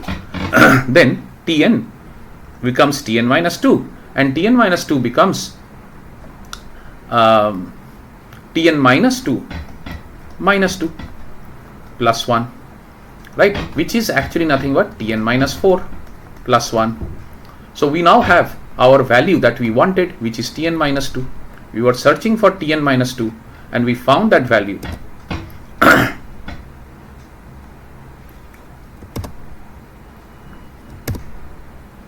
We were searching for Tn minus 2 and we found that value here, right? So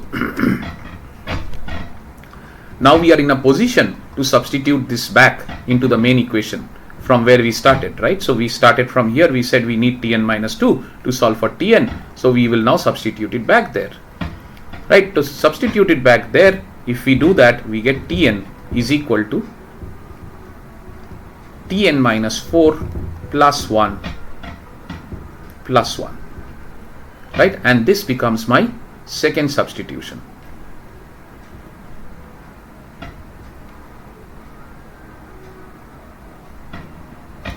My third substitution will look like this. We will take the output of the second substitution, which is Tn equal to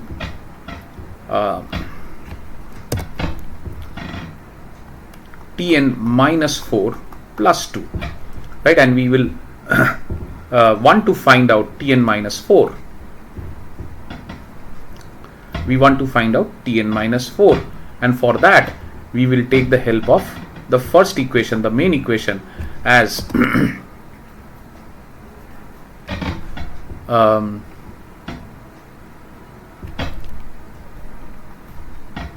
Tn minus 4, right? That will be equal to substitute it back here in this equation, n equal to n minus 4. Then we have n minus 4 minus 2 plus 1, right? So which means this is equal to Tn minus 6 plus 1.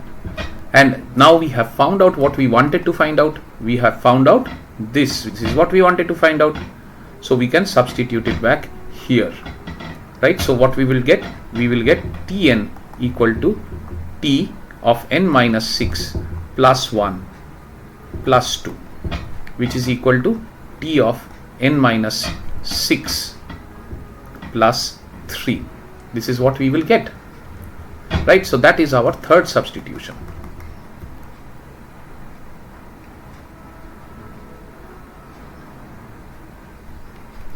Right, so this is our third substitution, and with this third substitution we are in a position to go to the kth substitution.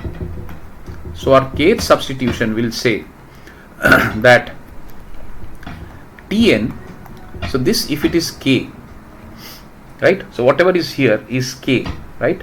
So if we say again the same concept, right, 2 into the value of k, right, should be equal to 6.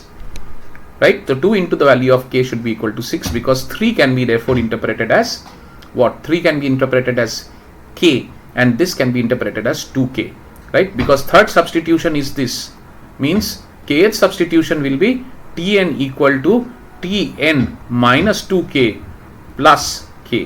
Why? Because third, that this 3 I have taken here, right? This 3 I have taken here as 3. Therefore 6 becomes 2 times of 3, right? So 6 becomes 2 times of 3. That is why we say 2n minus 2k plus k. Now we know that T0 is equal to theta of 1, which means our n minus 2k should be equal to 0, which means our n should be equal to 2k,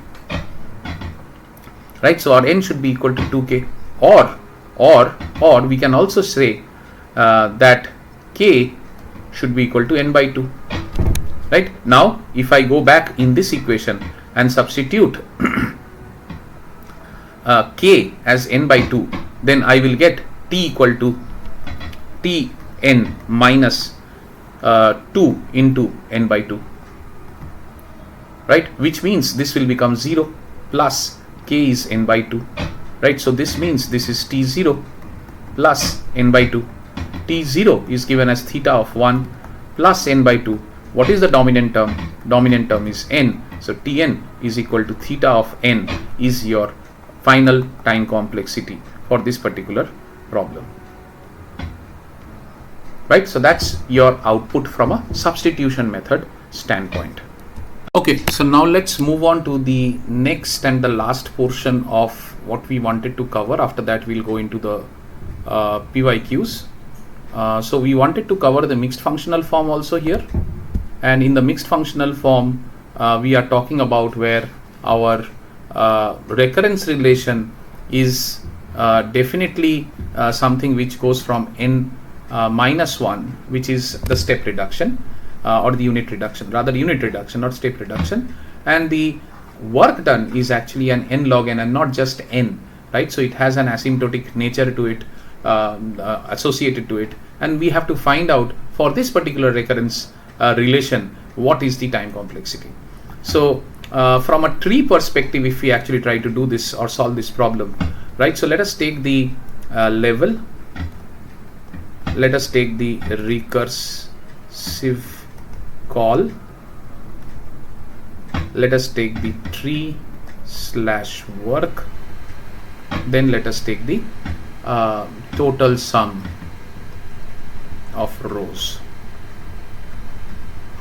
and here if I take level as I equal to 0, then at that I have my recursive call as Tn, and when this happens, right, Tn, if you see at that layer you have n log n as the amount of work done, right, and that means that the total sum of the rows is n log n in terms of the work.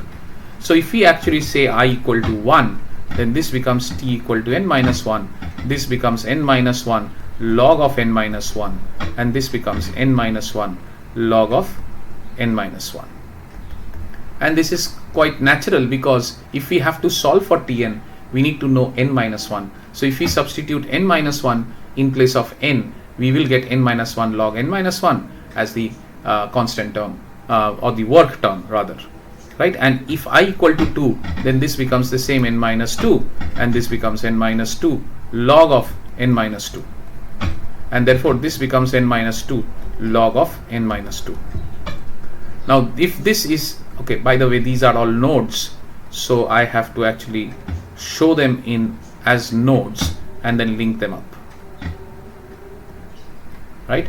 And now if we have I equal to I, then at that layer I will have this is equal to n minus I, and this will be my n minus I log of n minus I, right? Log of n minus I, and this will be somewhere which is at some point in time this will happen, which is n minus I log of n minus I, right? And if you think about it now, you are given that the base condition is t0 equal to theta 1. That means this should become 0, and that will become 0 when I is equal to my n, right? So that at that point t will become equal to 0, and therefore this will be equal to, we are already given this as theta of 1, so this is also theta of 1. This is a node, theta of 1 is a node, right? And then we also have the immediate previous step as n minus 1, which means this will be equal to t of 1, which means this will be 1 log 1, right? And this will be also 1 log 1, right? N minus I, if you substitute I equal to n minus 1, you will be left with 1, right? So that's how you get this 1 log 1. Now that means that my total, again, you will take this particular row,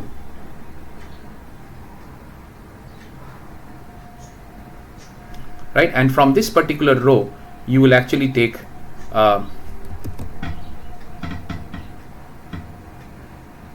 this part and create your summation equation. So my Tn is summation of, my Tn will be what? Summation of I equal to 0 to n minus 1 for this particular entity, which is n minus I log of n minus I, right? And on top of that you have to add the theta 1. Now if we add, I hope you understand how we got it. Again, we took this particular term,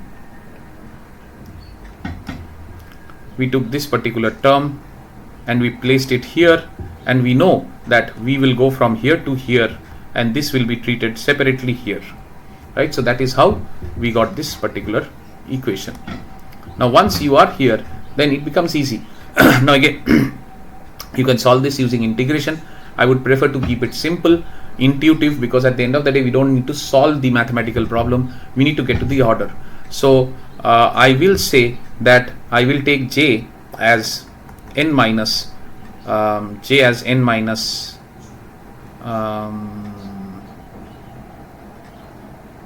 I will take j as n minus I, and when I take j as n minus I, as I goes from 0 to n minus 1, I will definitely have, my j will definitely go from, if this goes from 0 to n minus 1, then my j will go, let me see if I have some space at the next slide. Yeah. So if I goes from 0 to n minus 1, j will go from n minus 1 to 1, right? So therefore, can I rewrite this as I will rewrite this as summation of j goes from where? J goes from n to 1. Okay, so 1 to n. So j will be from 1 to n, and we will say that this is going to be Sn equal to j log j from 1 to n. And this is the same thing that we have written here. So if you see, j goes from, I hope you understood, if we put j equal to n minus I, then this becomes j, this becomes log of j, right? And this I becomes j starts from 1, because j here goes from 1 to n minus 1, n minus 1 has become n, right? So that's how I goes from 0 to n minus 1. If I goes from 0, if I is 0 and we have said j equal to n minus I, if I is 0, j equal to n. If I is 1, j equal to n minus 1. If I is n, j equal to 0, right? So but I goes till n minus 1 only, so j can only go till 1. So that is how I got this part of the problem.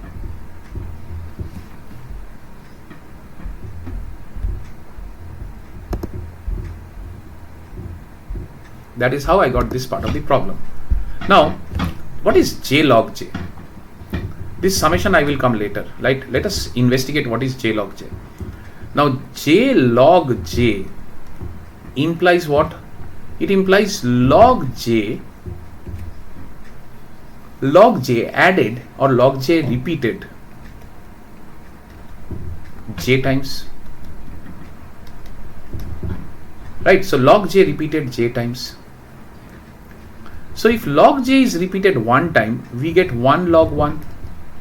If log j is repeated one time, then we get 1 log 1 which is equal to log 1. If log j is repeated 2 times, we get log 2 plus log 2. So similarly, if log j is repeated n log n times, then we are going to get log n plus n plus log n, right? This we will repeat for n times, and that is actually nothing but n log n, right? So that is nothing but your n log n. That is what we got. So n times we will repeat this. Now what do you figure out then? That on an average, right, on an average, a particular term is repeated, right? Every term is repeated. J log j means every term gets repeated a particular amount of time, because j runs from 1 to n. The first term gets repeated. So if j is equal to 1, this happens. If j equal to 2, this happens. If j equal to n, this happens, right? So this actually means, okay, let me remove this because this we are writing the same thing as the left. Okay, so this actually means that every term is inside that j log j, every term is getting repeated, right? Every term is getting repeated by n times. So on an average, can I say that the average of j, can I say average of j multiplied by each term's contribution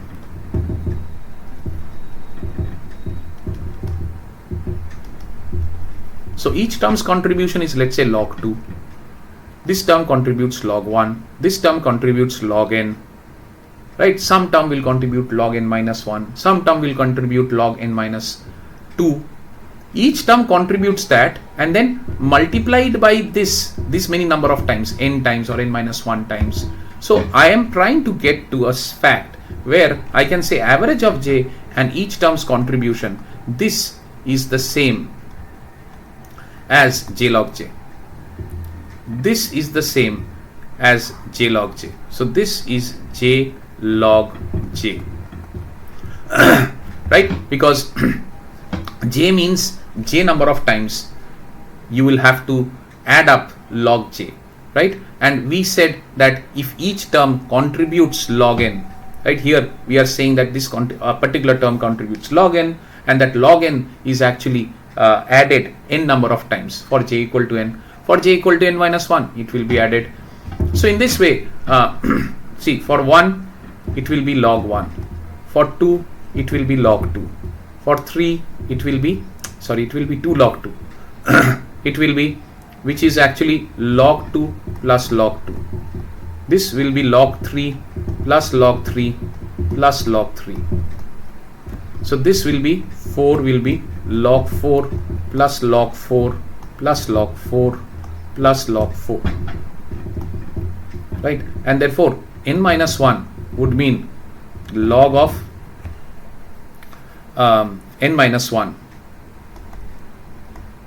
plus log of n minus 1 plus log of n minus 1. This will go on till n minus 1 times. And similarly, n would mean log of n plus log of n plus log of n plus dot dot dot. This will go on till n times. So every time what are we getting?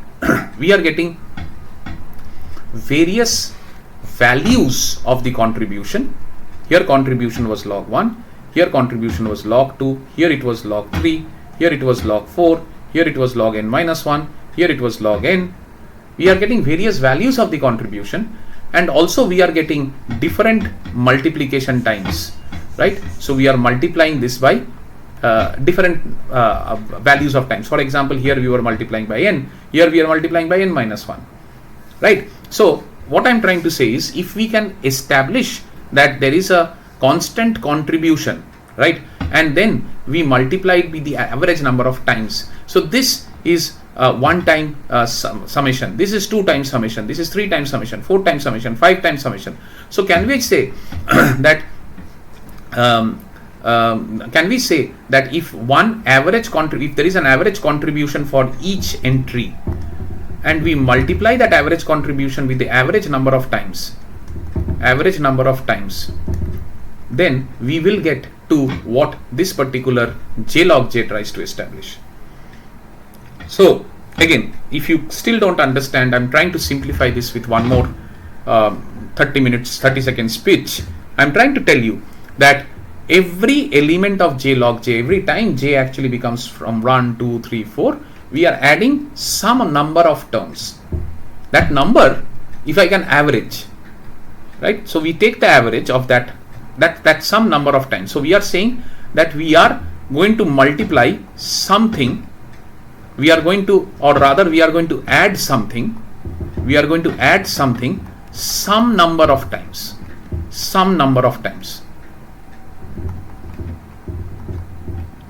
Right, so that's what we are saying. We are going to add something some number of times. That's what we are saying. Now, if I know that this some number of times, if I take this as an average for all the cases, if I take the average, then I'm sure that we will get to n by 2. This some number of times is actually nothing but n by 2. Right, so that is the average of the some number of times. and this we are saying will be log n. This particular person will be log of n. Why log of n? Because if you see here, this is log of n, this is log of n minus 1. As we go up, the value of log n will increase, right? So these terms will have very less significance. So the majority terms are towards the end, and the value of log n will precede. Therefore, we can say that on an average, every term will contribute log n, because the log n's at the end will supersede these terms, and therefore these terms will have no significance. So on an average, you will only have log n in the picture. How many times log n? We just now established n by 2 times log n. Because we have taken this entire thing and said that we'll average this out. So that is the number of times that every log n term will be summed up, right? And therefore we can establish that j log j is nothing but n by 2 of log of n. J log j is n by 2 of log of n. And now if we put this here, then we will say that we need to sum this up n number of times.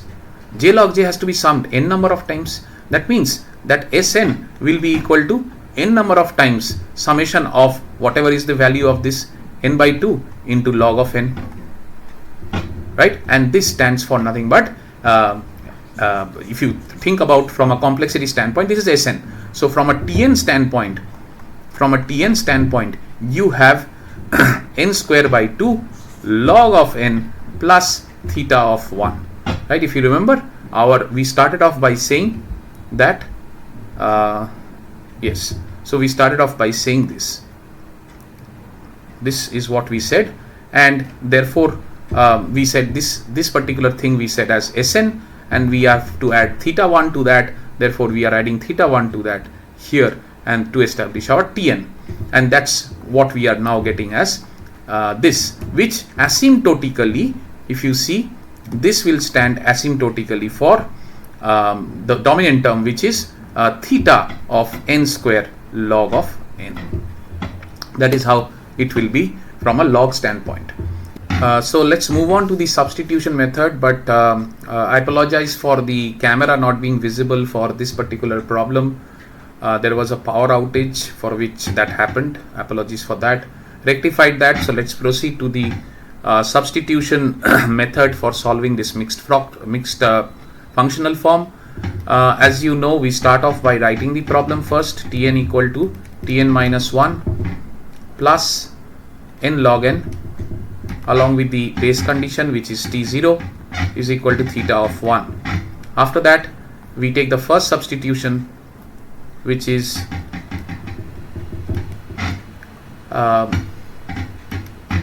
same equation that we start with, which is Tn is equal to Tn minus 1 plus n log n, and that becomes our output for our second substitution to take care. So this becomes our output for the first substitution. So our second substitution starts from here, and second substitution says that Tn is equal to Tn minus 1 plus n log n. Now we do not know what is n minus 1, therefore our main goal is now to solve for this. So if we have to solve for this, we will solve for this by writing this down and substituting this in the first equation, right, with n equal to n minus 1. So therefore this becomes Tn minus 2, and we have substituted n minus 1 for n, therefore this becomes n minus 1 log of n minus 1. Now we know what is the Tn minus 1, so we have now established Tn minus 1.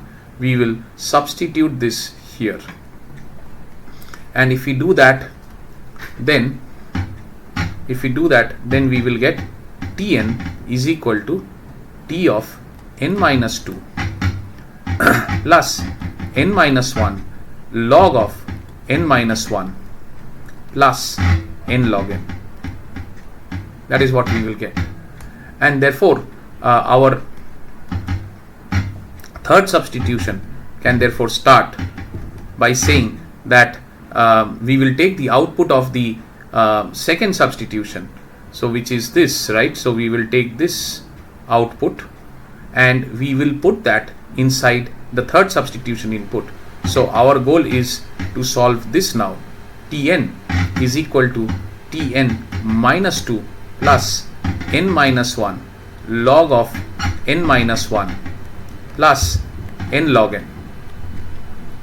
And if we now understand where is the problem is that we don't know this, so we have to solve for this, right? And the solution for that will be to establish Tn minus 2 as a substitution into this equation, which will give us Tn minus 3 plus n minus 2 log of n minus 2.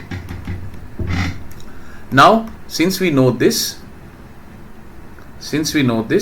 we can easily put this here, right? And if we put that here, then we can write what is our Tn, which is equal to T of n minus 3 plus n minus 2 log of n minus 2 plus n minus 1 log of n minus 1 plus n log n, right? And this becomes my output for my next stage, and we will now need to solve for the kth substitution. So if you see this, the substitution for your substitution for the third substitution, which leads to my kth substitution, you can see this as 3, this as 3 minus 1, this as 3 minus 1, this as 3 minus 2, this as 3 minus 2, right? So we can now understand that our kth substitution should look like this, which is Tn is equal to Tn minus k plus n minus k plus 1 log of n minus k plus 1, because we are reducing 1 from k, and because we have a negative sign outside, so k plus k minus 1 becomes k plus 1. So n by n minus k plus 1, n minus k plus 1 plus it will be n minus k plus 2 log of n minus k plus 2, right? We will further reduce the k from 2 to 1, right? And then finally we will reach a point where we will have dot dot dot n log n. So that becomes my kth equation of the same recurrence relation on the kth substitution.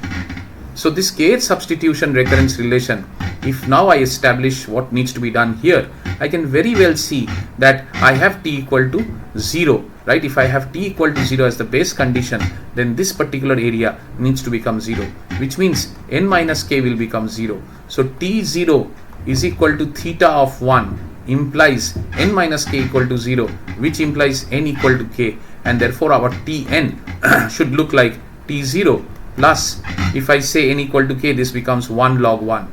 So 1 log 1. Next term becomes 2 log 2. Next term becomes 3 log 3, right? And in this way it will go on till n log n, right? So if I put n as k, right? N as k, or rather if I put k as n, then this is what it will happen. So the last term will be n log n. And we have established this right now from the recurrence tree relationship.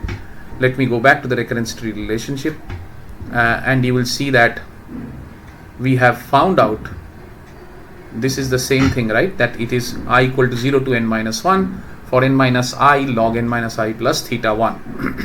So if I see here,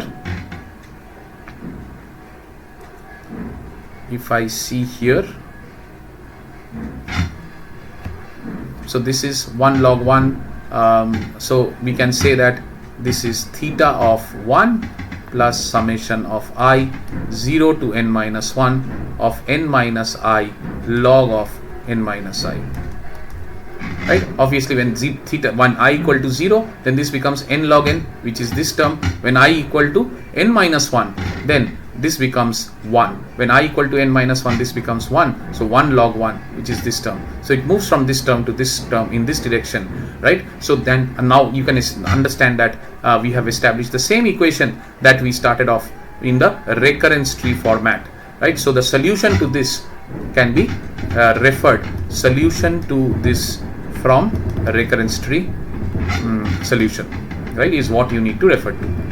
We will not solve it now. So that completes what we wanted to cover in terms of recurrence tree. Now I hope you have understood most of it. We'll quickly finish off to PYQs and then we will finish off this lecture. So then let's solve some commonly asked questions, and this was in MAKAUT at 2016. Now when you see this kind of a question, what you need to understand is that this particular condition is your base condition, right? Because you can see here there is no recursive call, here, right? So this has to be your base condition where it is going to stop, and therefore can you therefore write that my t of this is n less than equal to 1. So the first number that will come when less than equal to 1 is 1. So t1 will be equal to d, right? So that becomes your recursive, the base condition for this particular recurrence relation. So we will say that my t1, 1 minute, I'm just trying to undo this goof up that the AI made. Yeah, so t1 is equal to d. This is my base condition, right? I hope you understand how to read these kind of questions. Now when you have established this, then everything becomes easy. So first things first, for a substitution, you can take the substitution format or the recurrence tree format. We'll do the substitution format. So we are doing the substitution format. We have to first write the equation tn equal to c plus tn minus 1, and we will now know that t1 is equal to d is my base condition. After this, what we do is we establish the first substitution, right? We will do the first substitution, which says what? Which says that the same thing, Tn is equal to, I'll just rewrite it this way, right? And so that this becomes my output as well as the input to my second substitution, right? So this becomes my input to the second substitution. My second substitution here will start from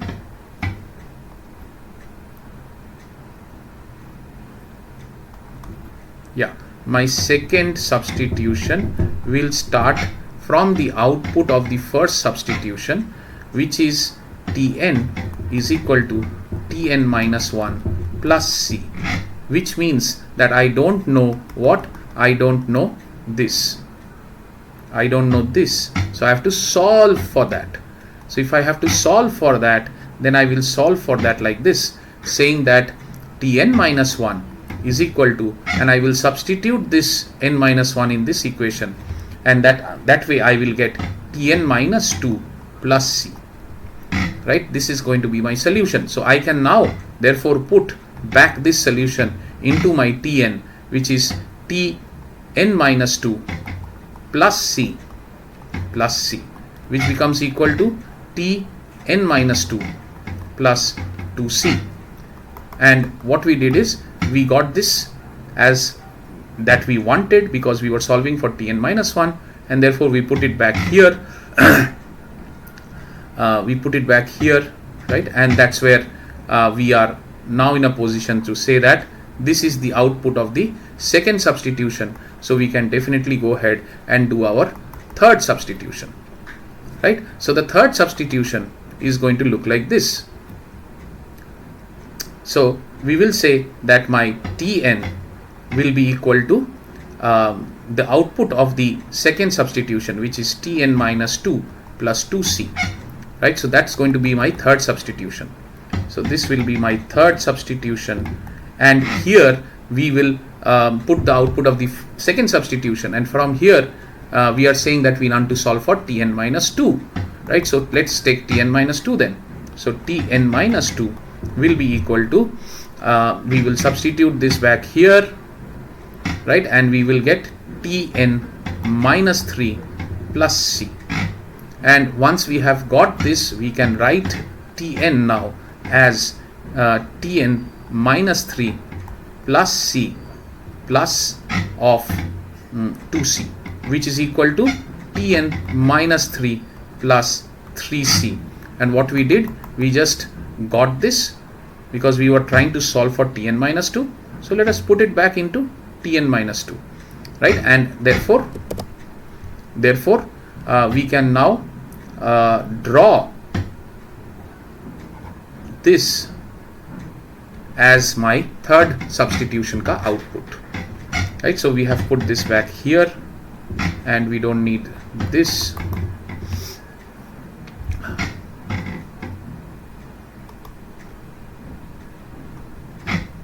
We don't need this, right? So let me remove this part. Okay, fine. Now that means that we are now in a position to write our kth substitution. So our kth substitution can be written as, if you investigate this, 3 is here, is the third substitution, 3 is here, 3 is here. So it becomes an easy kth substitution. We can therefore say that Tn is equal to Tn minus k plus kc, right? So that's what we can say, Tn minus k plus kc. And do we know the base condition? We know T1 equal to D. So that means n minus k should be equal to 1, which implies n equal to k or k equal to n, whatever way you want to call it, right? So now you substitute. Now Tn is equal to T1 plus k is equal to n, so nc, right? And this from an asymptotic standpoint becomes theta of n. So that is what you get from here. So that's your answer to this particular problem. So this will be your answer, right? So this is how you will do it. Same thing we have done easy in terms of the kth substitution. So I hope you understand. We have not deviated from whatever we have learned. We have applied the same concept over and over again here. So let's move on to the next question. But here, if you want, you can also write this T1 equal to D. So you could also have written D plus NC, which will yield to the same output, because D is a constant. The dominant term still remains theta of n. Next, and this is the last question. So I think the PYQ standpoint, there is not much of questions from linear reductions. But then why we spend so much time is because it establishes a good foundation towards getting into the actual recursion, where we will talk about non-linear reduction, and then all of what we learned will actually make sense for you, right? So that's why I spend so much time on linear reduction, and in case linear reduction comes anyway, you are prepared, right? So let's solve this last problem, which is saying that recursively we need to solve the we need to give the asymptotic tight solution for the recurrence relation. Now for this relation, what we'll do is we will first understand what this is trying to tell us, right? What this is trying to tell us is that there is a step reduction which is Tn minus a, right? So there is a step reduction which is Tn minus a, which is this part of the problem. Then there is a constant term Ta, because it doesn't depend on n. So this is a constant term. I can very well assume this as a constant term. Don't get confused with this a. And of course, this is a term that depends on n, but it is not in. This is not a term which is recursive call in nature. So both of these put together will be the work done at each stage. I told you, right? Anything that is non-recursive, which is this part of the problem, which is non-recursive, is the total work that will be done at any point in time, right? So what we can therefore write is that the same way we have done, right? So we will not deviate from our approach level. Then we will say recursive call. Let me see if I have one more slide. We have, so which means I can spread out my writing so that you can understand. And then I have tree work, and then I have the sum of rows.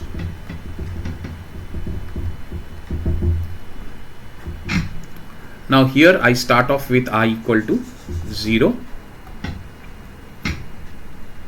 I equal to 0. My recursive call is Tn.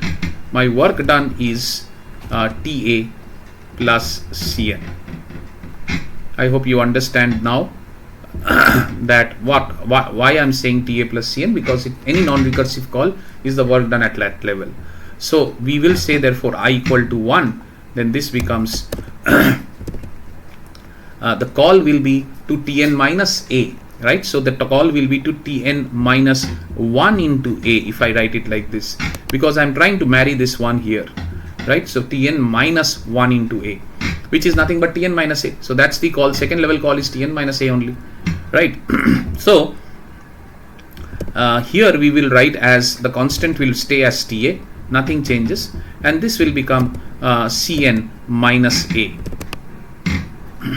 Right, so this will stay as Cn minus a, and this becomes Ta plus Cn minus a. These are nodes, right, and therefore they need to be linked.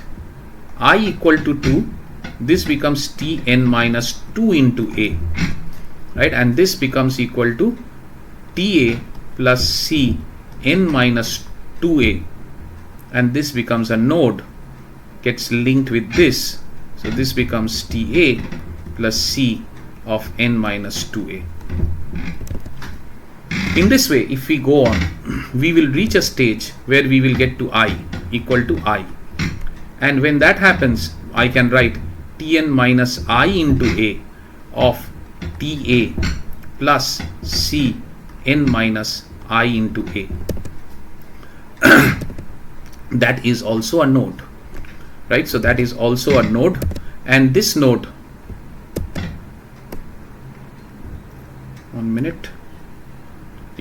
and this node will be dotted here, and our work will be Cn minus Ia. Now what happens is, till what point do we need to go? We need to go to T0, right? Let us assume here, for all practical purposes, it is not given. Then you will assume T0 is equal to 1, or rather you will assume T0 is equal to theta of 1. Theta of 1. So if you have to go to T0, then your n minus IA needs to become 0, which implies that n is equal to IA, which implies I is equal to n by A. So you will be stopping where? I equal to n by A. At that point, what will this become? This will become T0. And what will this become? This will become theta of 1. This is a node. And what will this become? This is also theta of 1. Right? So that is what this will be. This is theta of 1. Again, AI messed it up. Theta of 1. Right? And if this is the case, then my immediate previous step is n minus n by a minus 1. I'm following the same way as I have taught you, and this becomes equal to, if I put I is equal to n minus 1, then this becomes T n minus I will put n by a minus 1 into a, right? And this therefore becomes TA plus C of n minus n by a minus 1 into a. So that becomes my node here, and this node is connected by a dot, this node is connected by a solid line. This is a dot, this is a dot, and we have TA plus C n minus n by a minus 1 into a, right? And from here we have this. So that's on the recurrence tree. So this is how you are drawing the recurrence tree. Now can we say this recurrence tree, that Tn of this recurrence tree is, so when I write the Tn of this recurrence tree, can I say that first of all TA is summed up how many times?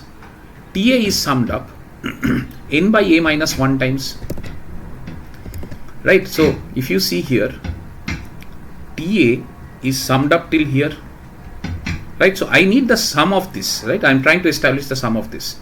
So I will take it into 3 parts rather.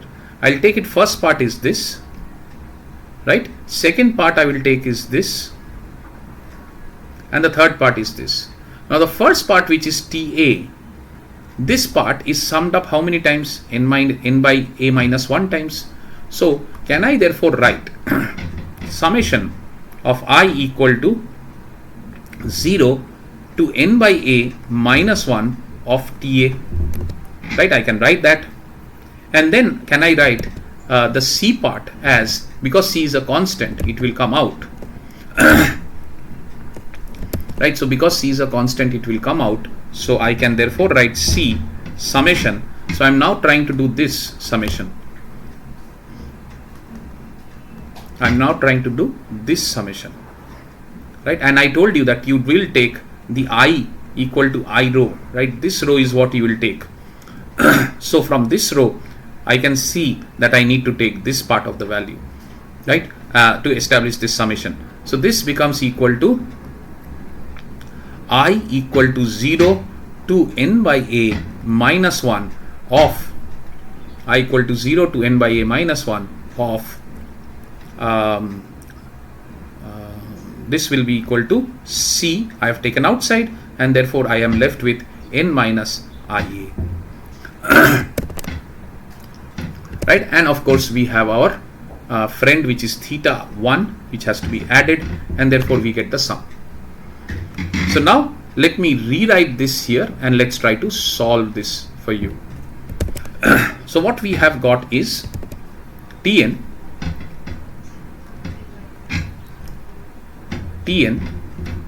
is equal to, let me write it by seeing it from the above. Tn equal to sigma of I equal to 0 n by a minus 1 TA plus C sigma I equal to 0 to n by a minus 1 of n minus IA plus theta of 1. Now once we are here, now we can solve this very easily. Now can I say this is n by a times of TA? This is TA, this is TA, this is TA, and how many times is TA added here? N by a times. 0 to n by a minus 1 means n by a times. So n by a times TA is the output of this. N by n times of TA will be the output of this, right? And then after that I put C, and then can I write this side of the problem as two summations, one summation over the n and the other summation over IA, right? So the summation over n,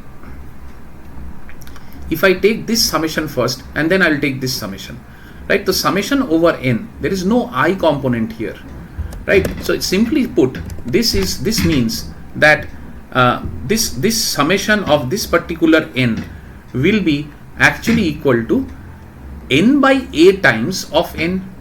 So C multiplied by n by a times of n, because this n is being added how many times? 0 to n by a minus 1, which is n by a times. N by a times addition of n means n by a times multiplication of n, right? So n by a times of n, this is the first summation, and minus I will now do this summation. Now this summation, if you see, you put the value of n, you put the value of I as 0, you will get 0. Put the value of I as 1, you will get 1a, then you will get 2a. So what are we getting? We are getting 0 first, then we are getting I value 1 as 1a, then we will get 2a, and in this way the last value of I will be n by a minus 1. So if I put the last value of I as n by a minus 1, then my IA will be equal to n by a minus 1 multiplied by a, n by a minus 1 multiplied by a, which means this, if I LCM it out, then n minus a by a into a, which means this will be n minus a. So the last term will be n minus a. I hope you are getting it. And then of course we have our theta 1. Of course we have our theta 1. Right, now this particular in between term, if we call this as Sn, right, can I write Sn which is equal to 0 plus a plus 2a plus, let me change the color.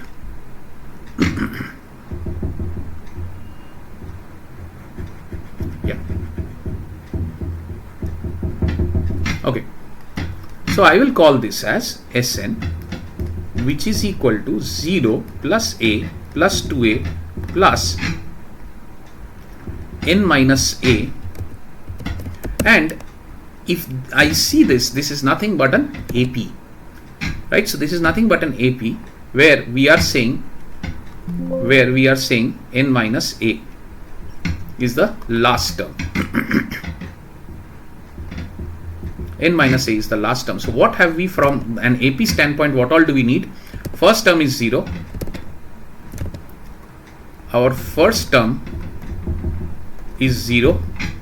Our last term is n minus a.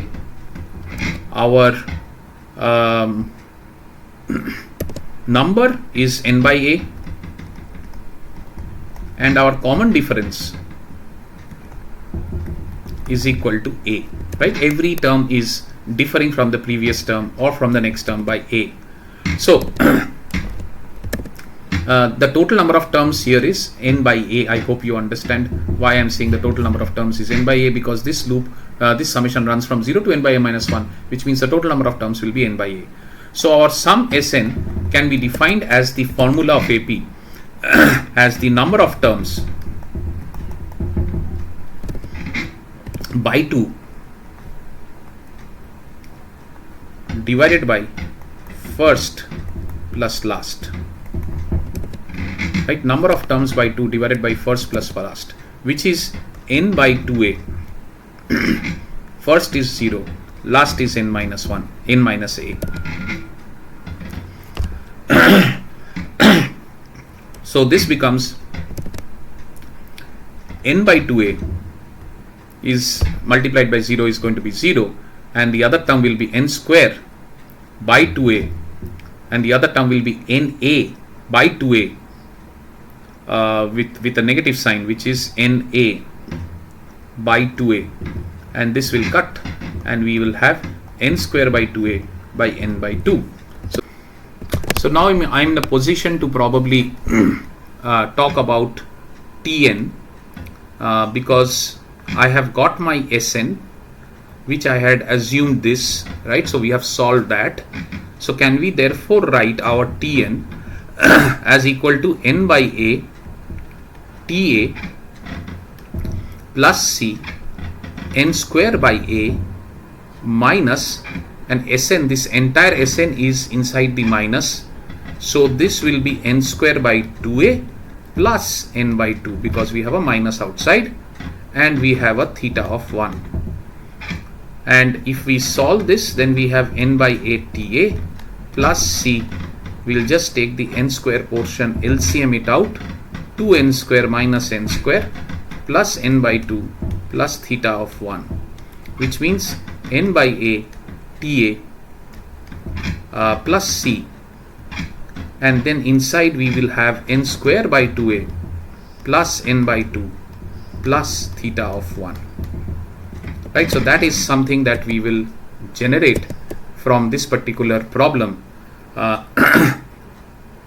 So if you multiply the c inside, cn square by 2a is what you will get, and cn by 2 is what you will get. So you get n by a Ta plus c n square by 2a plus c n by 2 plus theta of 1. Now investigate this relation, and you will see that asymptotically this is nothing but your theta of n square. Dominant term is n square. We did not have gone till this level. Here only we could have made out this, that this is going to be theta of n square, and stop there itself. But this is how we solve, or we have a solution for this particular problem. So that's all I had for this particular lecture. Next lecture we are meeting for we will talk about the non-linear reductions in recurrence relations. Thank you.